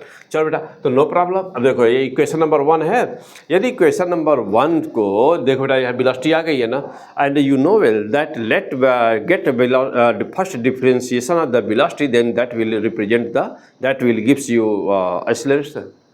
Velocity को यदि हम डिफरेंशिएट करते हैं टाइम के रिस्पेक्ट में तो एक्सेलरेशन देता है, जानते हो। तो चलो बेटा, अब इस इक्वेशन को टाइम के रिस्पेक्ट में डिफरेंशिएट कर दिया, चलो डिफरेंशिएट करिए, अब इसको करिए बेटा। अब देखो, चूंकि आपको ये पता है कि इस वस्तु के पास में एक्सेलरेशन है, already given in your question that find the value of the acceleration और द रिटार्डेशन। इसका मतलब ये हुआ कि जब वस्तु के पास एक्सेलरेशन है ना, तो डिस्टेंस भी बदल रही होगी और वेलोसिटी भी बदल रही होगी, दोनों बदल रहे होंगे।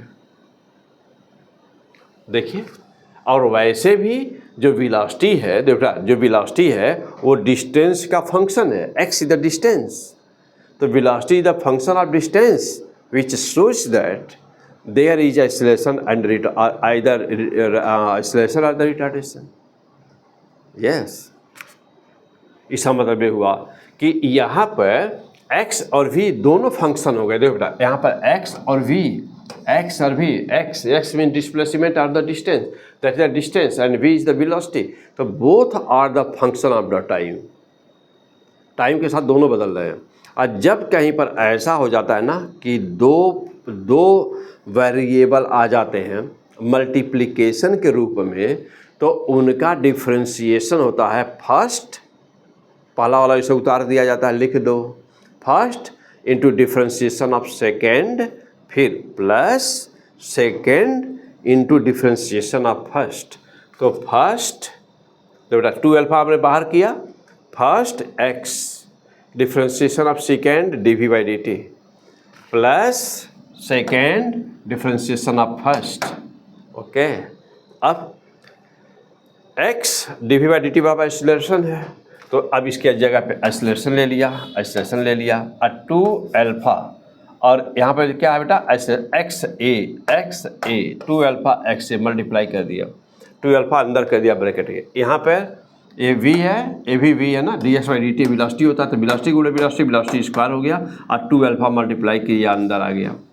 अच्छा, अभी यहाँ बचा हुआ है कौन सा बेटा, बीटा dv बाई dt। बेटा अब यहाँ पर ये वाला term beta dv by dt, ये भी फिर से t के रिस्पेक्ट में डिफरेंशिएट हुआ है, तो बीटा dv बाई dt ये हो गया। ओके, अब चलो बेटा अब इसको सॉल्व कर दीजिए। अब ये लाइन हो गई बेटा पूरा। अच्छा, अब यहाँ पे देखो, अब ये जीरो तो इधर है ही बेटा। अच्छा हाँ, अब यहाँ पर क्या था बेटा, 1 का डिफ्रेंशिएशन 0 हो गया, तो 0 आ गया। चलो अब देखो बेटा यहाँ पे कॉमन जो भी कुछ हो कॉमन, ए यहाँ पर भी है और ये यहाँ पर भी है, ए हमने दोनों को ए पास करके कॉमन ले लिया, और यहाँ बचा केवल 2 अल्फा v स्क्वायर बचा।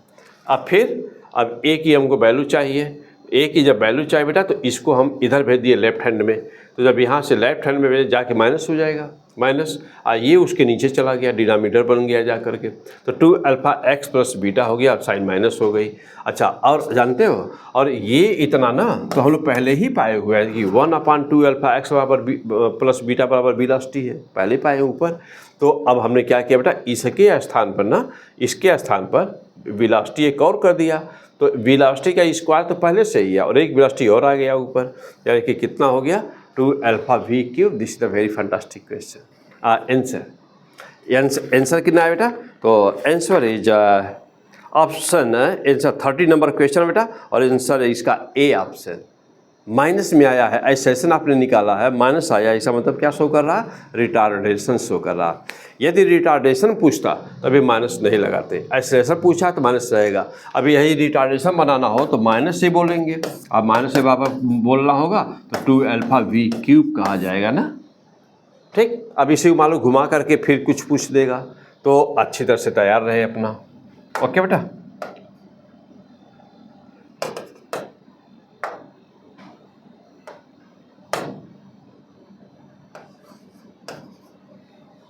ठीक।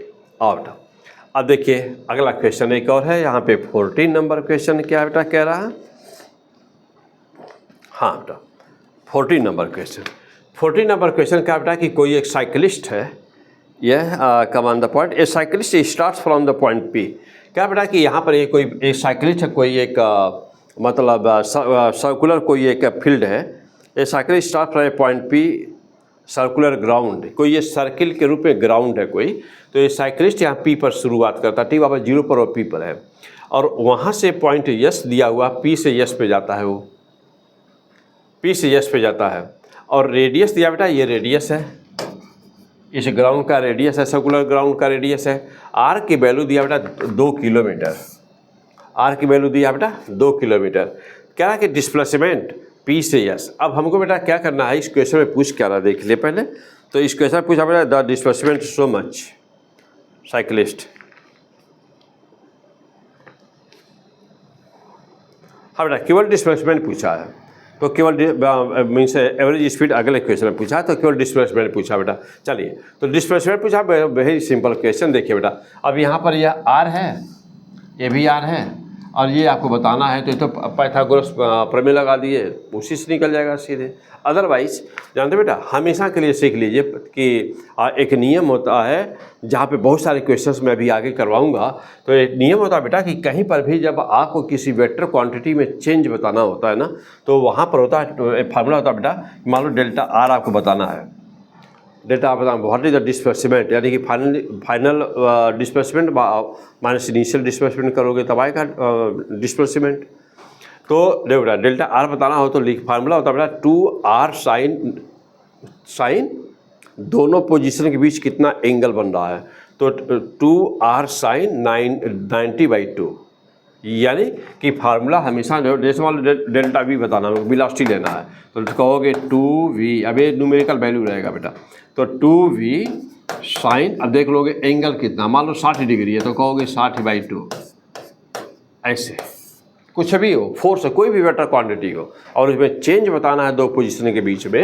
अब यदि न्यूमेरिकल वैल्यू नहीं चेंज होती है, कांस्टेंट रहती है ना बेटा, तो delta v by 2v sine angle रख देना θ/2, यानी कि हमेशा के लिए फार्मूला मान लो डेल्टा वी के फार्मूले लिख दिया जाए, तो डेल्टा वी बराबर कहिएगा 2v साइन θ/2, जो भी एंगल बन रहा हो, जो भी फिजिकल क्वांटिटी बस वो रख दिया, वेलोसिटी है तो वेलोसिटी, फोर्स है तो फोर्स, लीनियर मोमेंटम है तो लीनियर मोमेंटम, कुछ भी हो रख दीजिए वहाँ।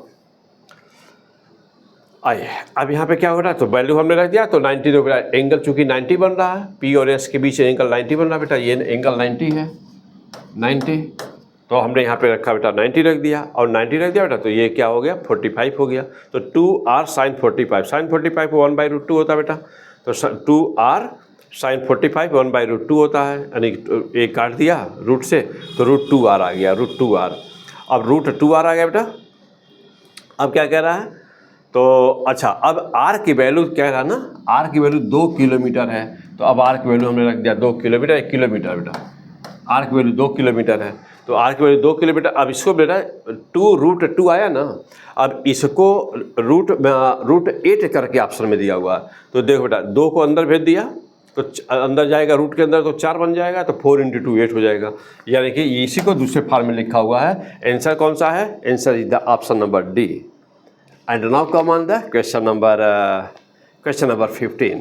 तो क्वेश्चन नंबर 15, चल बेटा, अब यहाँ पे क्या है, क्वेश्चन नंबर 15 में क्या बेटा, यहाँ थोड़ा सा क्वेश्चंस में अब थोड़ा सा यहाँ पे आंसर में डिफरेंस है कुछ, तो करेक्शन है यहाँ पर।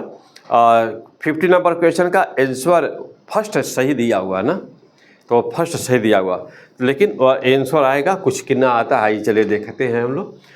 चलो बेटा, कह रहा है कि कोई एक वॉच है, यस, क्वेश्चन आपकी सीट पढ़िए बेटा, क्वेश्चन पेपर है। कह रहा है कि एक क्लॉक है 75 सेंटीमीटर एंड 60 सेंटीमीटर लॉन्ग, तो 75 नहीं होना चाहिए, दैट शुड बी 7.5 होना चाहिए, और 6.0 होना चाहिए, क्योंकि 70 सेंटीमीटर वो घड़ी, तो सुई बहुत बड़ी लग रही है घड़ी की, तो फिलहाल आप जो भी दिया है उसी पे सॉल्व कर दिया जाए, नो प्रॉब्लम।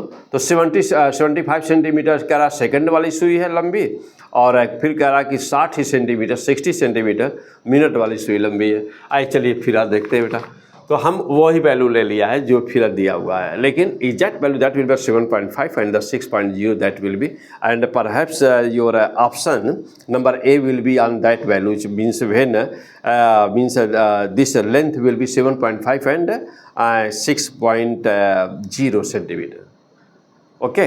लेकिन हमने जो लिया सॉल्व किया, what is the answer according to that.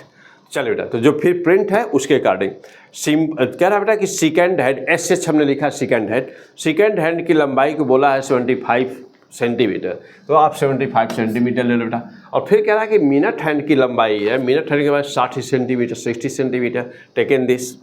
अब कह रहा ना कि 30, अब एक टाइम इंटरवल लिया है, कह रहा कि 30 मिनट में दोनों जो डिस्टेंस चली जाएंगी टिप पॉइंट, यानी कि जो नुकीला भाग अंतिम भाग वाला टिप पॉइंट होता है, तो टिप पॉइंट यानी कि ये वाला पॉइंट टिप पॉइंट दिस, ये कितना डिस्टेंस कवर करेगा, और ये अपना ये इसका टिप पॉइंट कितना डिस्टेंस कवर करेगा, तो जो ये डिस्टेंस कवर करेंगे उनमें डिफरेंस क्या होगा, व्हाट इज द डिफरेंस, तो डिस्टेंस कितना कवर करेगा। नाउ द क्वेश्चन, टाइम दिया है, ड्यूरेशन दिया 30 मिनट, तो 30 मिनट का समय है। दोनों सुइयों का यदि हमको एवरेज स्पीड पता हो जाता ना, एवरेज स्पीड, तो हम आंसर बता देते हैं, है कि नहीं। हाँ बिल्कुल आसानी से। अब एक तो प्रोसेस है, दूसरा प्रोसेस ये है कि यदि एक चक्कर में कितना समय ले रहा है, अब समय से डिवीजन कर देखा कितना चक्कर लगा रहा है, नंबर ऑफ रिवॉल्यूशन से बता दें, that is also a good process. लेकिन आइए हम थोड़ा बहुत इजी वे में समझाएं आपको, क्योंकि अभी सर्कुलर मोशन में घड़ी के सवाल आते हैं तो वहाँ इसी बहाने वो भी हो जाएगा।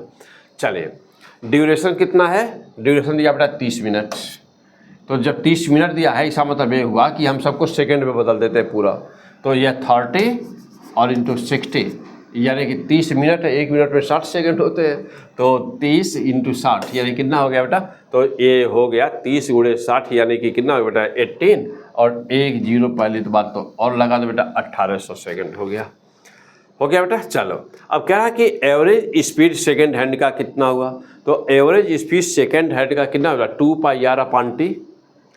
एक चक्कर में लगाया गया, एक चक्कर में कवर किया गया डिस्टेंस 2πr और समय t, तो सेकेंड वाली सुई एक चक्कर में कितना सेकंड चलेगी, यस टेल, जल्दी बोलो भाई। अरे भाई 60 और क्या, एक डिवीजन 5 सेकेंड, अब सब 12 डिवीजन होते हैं, तो 12 इंटू 5 यानी 60 सेकेंड, यानी कि एक सेकेंड वाली सुई जब एक चक्कर मारती है, सेकेंड वाली सुई जब एक चक्कर मारती है तो 1 मिनट होता है, ओके। और जब मिनट वाली सुई एक चक्कर मारती है तो सेकेंड वाली सुई कितना मारती है, 60 बार, 60 से राउंड। जब सेकेंड वाली सुई 60 राउंड बनाएगी ना, तब ना पूरा वो एक चक्कर लगाएगा मिनट वाला, बात समझा। यानी फिर से सुनो बेटा, सेकेंड वाली सुई एक चक्कर लगाए तो कितना सेकेंड चला, कितना सेकेंड, एक गैप 5 सेकेंड, तो 12 गैप 60 सेकेंड यानी कि 1 मिनट। तो सेकेंड वाली सुई एक चक्कर में 60 सेकेंड, तो दे बेटा, तो 2πr/t, तो 2πr हमने 75 लिया बेटा, 75 सेंटीमीटर अपॉन t मतलब 60 सेकेंड। तो this is the average speed of the second hand, second hand यानी सेकेंड वाली सुई की लंबाई का, टिप पॉइंट का। अब जस्ट ऐसे ही, so distance covered by it. अब हम देखते हैं बेटा कि जब एवरेज किसी का भी जब एवरेज स्पीड पता हो ना, तो किसी टाइम में वो कितना डिस्टेंस चलेगा यू कैन फाइंड। कैसे, देखो बेटा, अब यहाँ पर 2π into 75 upon so much, this is the average speed, तो 2π into 75 upon 60 this is the average speed, and the time is given 30 minute. 30 minute मतलब कि 30 इंटू 60, ओके। अब देखो बेटा यहाँ से क्या किया हमने, तो यहाँ पे चूँकि 60 से 60 बेटा देखो यहाँ से सीधे कट किया, और यहाँ है 275 है और यह 2 है, तो 75 इंटू 2 150 हो गया, तो 150 पाई हो गया, और ये 30 बचा हुआ है, 30 बचा हुआ है, तो 150 पाई इंटू 30 यानी कितना हो जाएगा बेटा, ये 45 के आगे 2 जीरो हो जाएगा और पाई हो जाएगा। Yes, this is the distance covered bye the second hand. आइए next, by the same way, and now you have find the same way by the minute hand। तो मिनट हैंड का देखा है एवरेज स्पीड कितना हुआ, तो average speed क्या हुआ, total distance that is the 2πr2 average 2πr2, तो ये तो टोटल डिस्टेंस हो गया। एंड द टाइम टेकन, तो टाइम टेकन बेटा कितना है, ये कितना बेटा, ये है ये बेटा ना, ये है बेटा 30, ओ तो ये बेटा 30 मिनट है ना, तो 30 मिनट, देखो बेटा यहाँ थोड़ी सी मिस्टेक, तो यहाँ बेटा 30 मिनट है, तो ये हो गया 30, no no no no no no no no no, ये अभी हम लोग दूसरी बात निकाल रहे बेटा, दूसरी बात निकालना बता, अभी हम लोग एवरेज निकाल रहे हैं ना, अभी उसे दिए गए वैल्यू पे नहीं निकाल रहे हैं। हाँ ओके फाइन, चलो बेटा एक चक्कर, तो एक चक्कर लगाने में एक खाना एक डिवीजन में 5 मिनट, तो जब मिनट वाली सुई एक चक्कर लगाएगी तो 60 मिनट न होगा, क्यों? मिनट वाली सुई, हाँ फिर से सोचे, मिनट वाली सुई अब एक राउंड लगा रही है, तो जल्दी बोलो बेटा, मिनट वाली सुई एक चक्कर लगा रही है तो 1 घंटा हो जाएगा, 60 मिनट हो जाएगा ना। एक डिवीजन 5 मिनट, 12 डिवीजन है 60 मिनट, 60 मिनट में 1 घंटा, तो मिनट वाली सुई एक पूरा चक्कर मारेगी तो 1 घंटा हो जाएगा। ओके, और यदि हैंड वाली आवर वाली सुई एक चक्कर मारेगी तो 1 घंटा नहीं 12 घंटा होगा। 12, एक डिवीजन 1 घंटा, 12 डिवीजन 12 घंटा, यानी आवर वाली सुई यदि घंटा वाली सुई एक चक्कर मारेगी तो 12 घंटा, मिनट वाली सुई एक चक्कर मारेगी तो 1 घंटा, सेकेंड वाली सुई यदि एक चक्कर मारेगी तो 1 मिनट, 1 मिनट 1 घंटा 12 घंटा। यस, हाँ थोड़ा दिमाग लगाओ बेटा, ठीक, ओके आओ। तो 2 पाई R2 अपन 60 इंटू 60, तो 2 पाई R2 60 सेंटीमीटर को लिए हुए हैं, तो 60 अपन 60 इंटू 60 60 इंटू 60। तो बेटा अब यहाँ पे 60 कैंसिल हो गया, और यहाँ पे 2 से इसको कट कर दिया बेटा, ये 30 आ गया, आया कितना π/30 सेंटीमीटर पर second. This is the average speed of the minute hand, average speed of the, this is the average speed of the minute hand. Okay चलिए, अब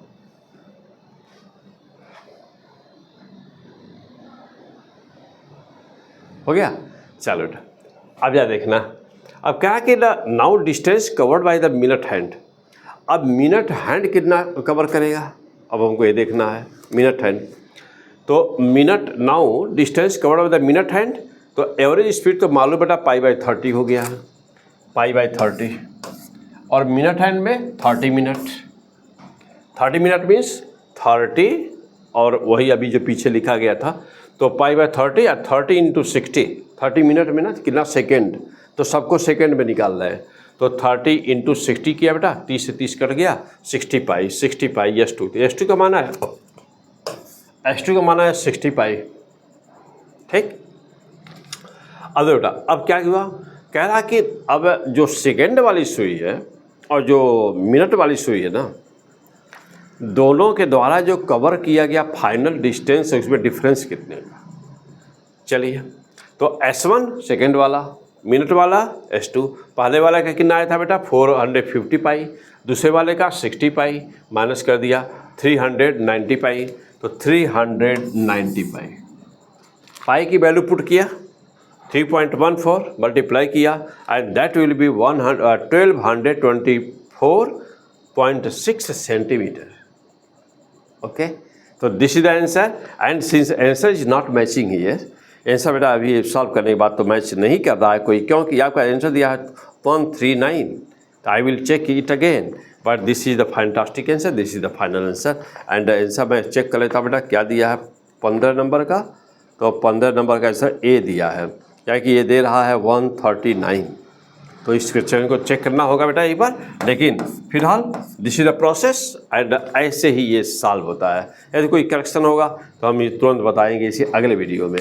तो फिलहाल हम लोग देख रहे थे बेटा, वहाँ 15 तक हो गया, तो अब इस लेक्चर को बेटा हम यहीं पे रोकना चाहेंगे, और इस समय रात में हो रहा 12:30, तो 1-2 घंटे अपलोड करने में लगते हैं, 1 घंटे लगेगा कम से कम, क्योंकि 2 घंटे मान के चलिए, तो आपके पास ये वीडियो पहुँचेगा अभी ना, डेट भी बदल चुका बेटा, हम 8 तारीख को शुरू किए हैं, अब डेट हो गया है 9 तारीख तो 9 तारीख हो गया, तो अब आपको 9 तारीख की अर्ली मॉर्निंग आपको ये वीडियो मिलेगा ना, और 9 तारीख को रक्षाबंधन का त्यौहार भी है, तो आप लोगों को हार्दिक बधाई, बहुत बहुत बधाई, खूब मिठाई खाइए, हाँ, खूब खुशी से मनाइए त्यौहार, ठीक बेटा। और कमेंट करना वीडियो में बिल्कुल मत भूलिएगा बेटा। और लाइव सॉल्व करना ही बेटर है बेटा, कि लाइव सॉल्व करना थोड़ा सा टाइम ज़्यादा लगेगा और कोई बात नहीं है, तो लाइव सॉल्व करना बेटर लगेगा, या कि ऐसे ही बहुत अच्छी तरह से आपको समझ में आया और ऐसे ही अच्छा लगेगा बेटा, ये कमेंट में मुझे ज़रूर बताइएगा। कहीं कोई प्रॉब्लम होती है तो आप ज़रूर बताइएगा। फिजिक्स में 100% मार्क्स दिलाने की ये मेरी गारंटी है। ओके, बेस्ट ऑफ लक, मिलते हैं फिर अगले लेक्चर में।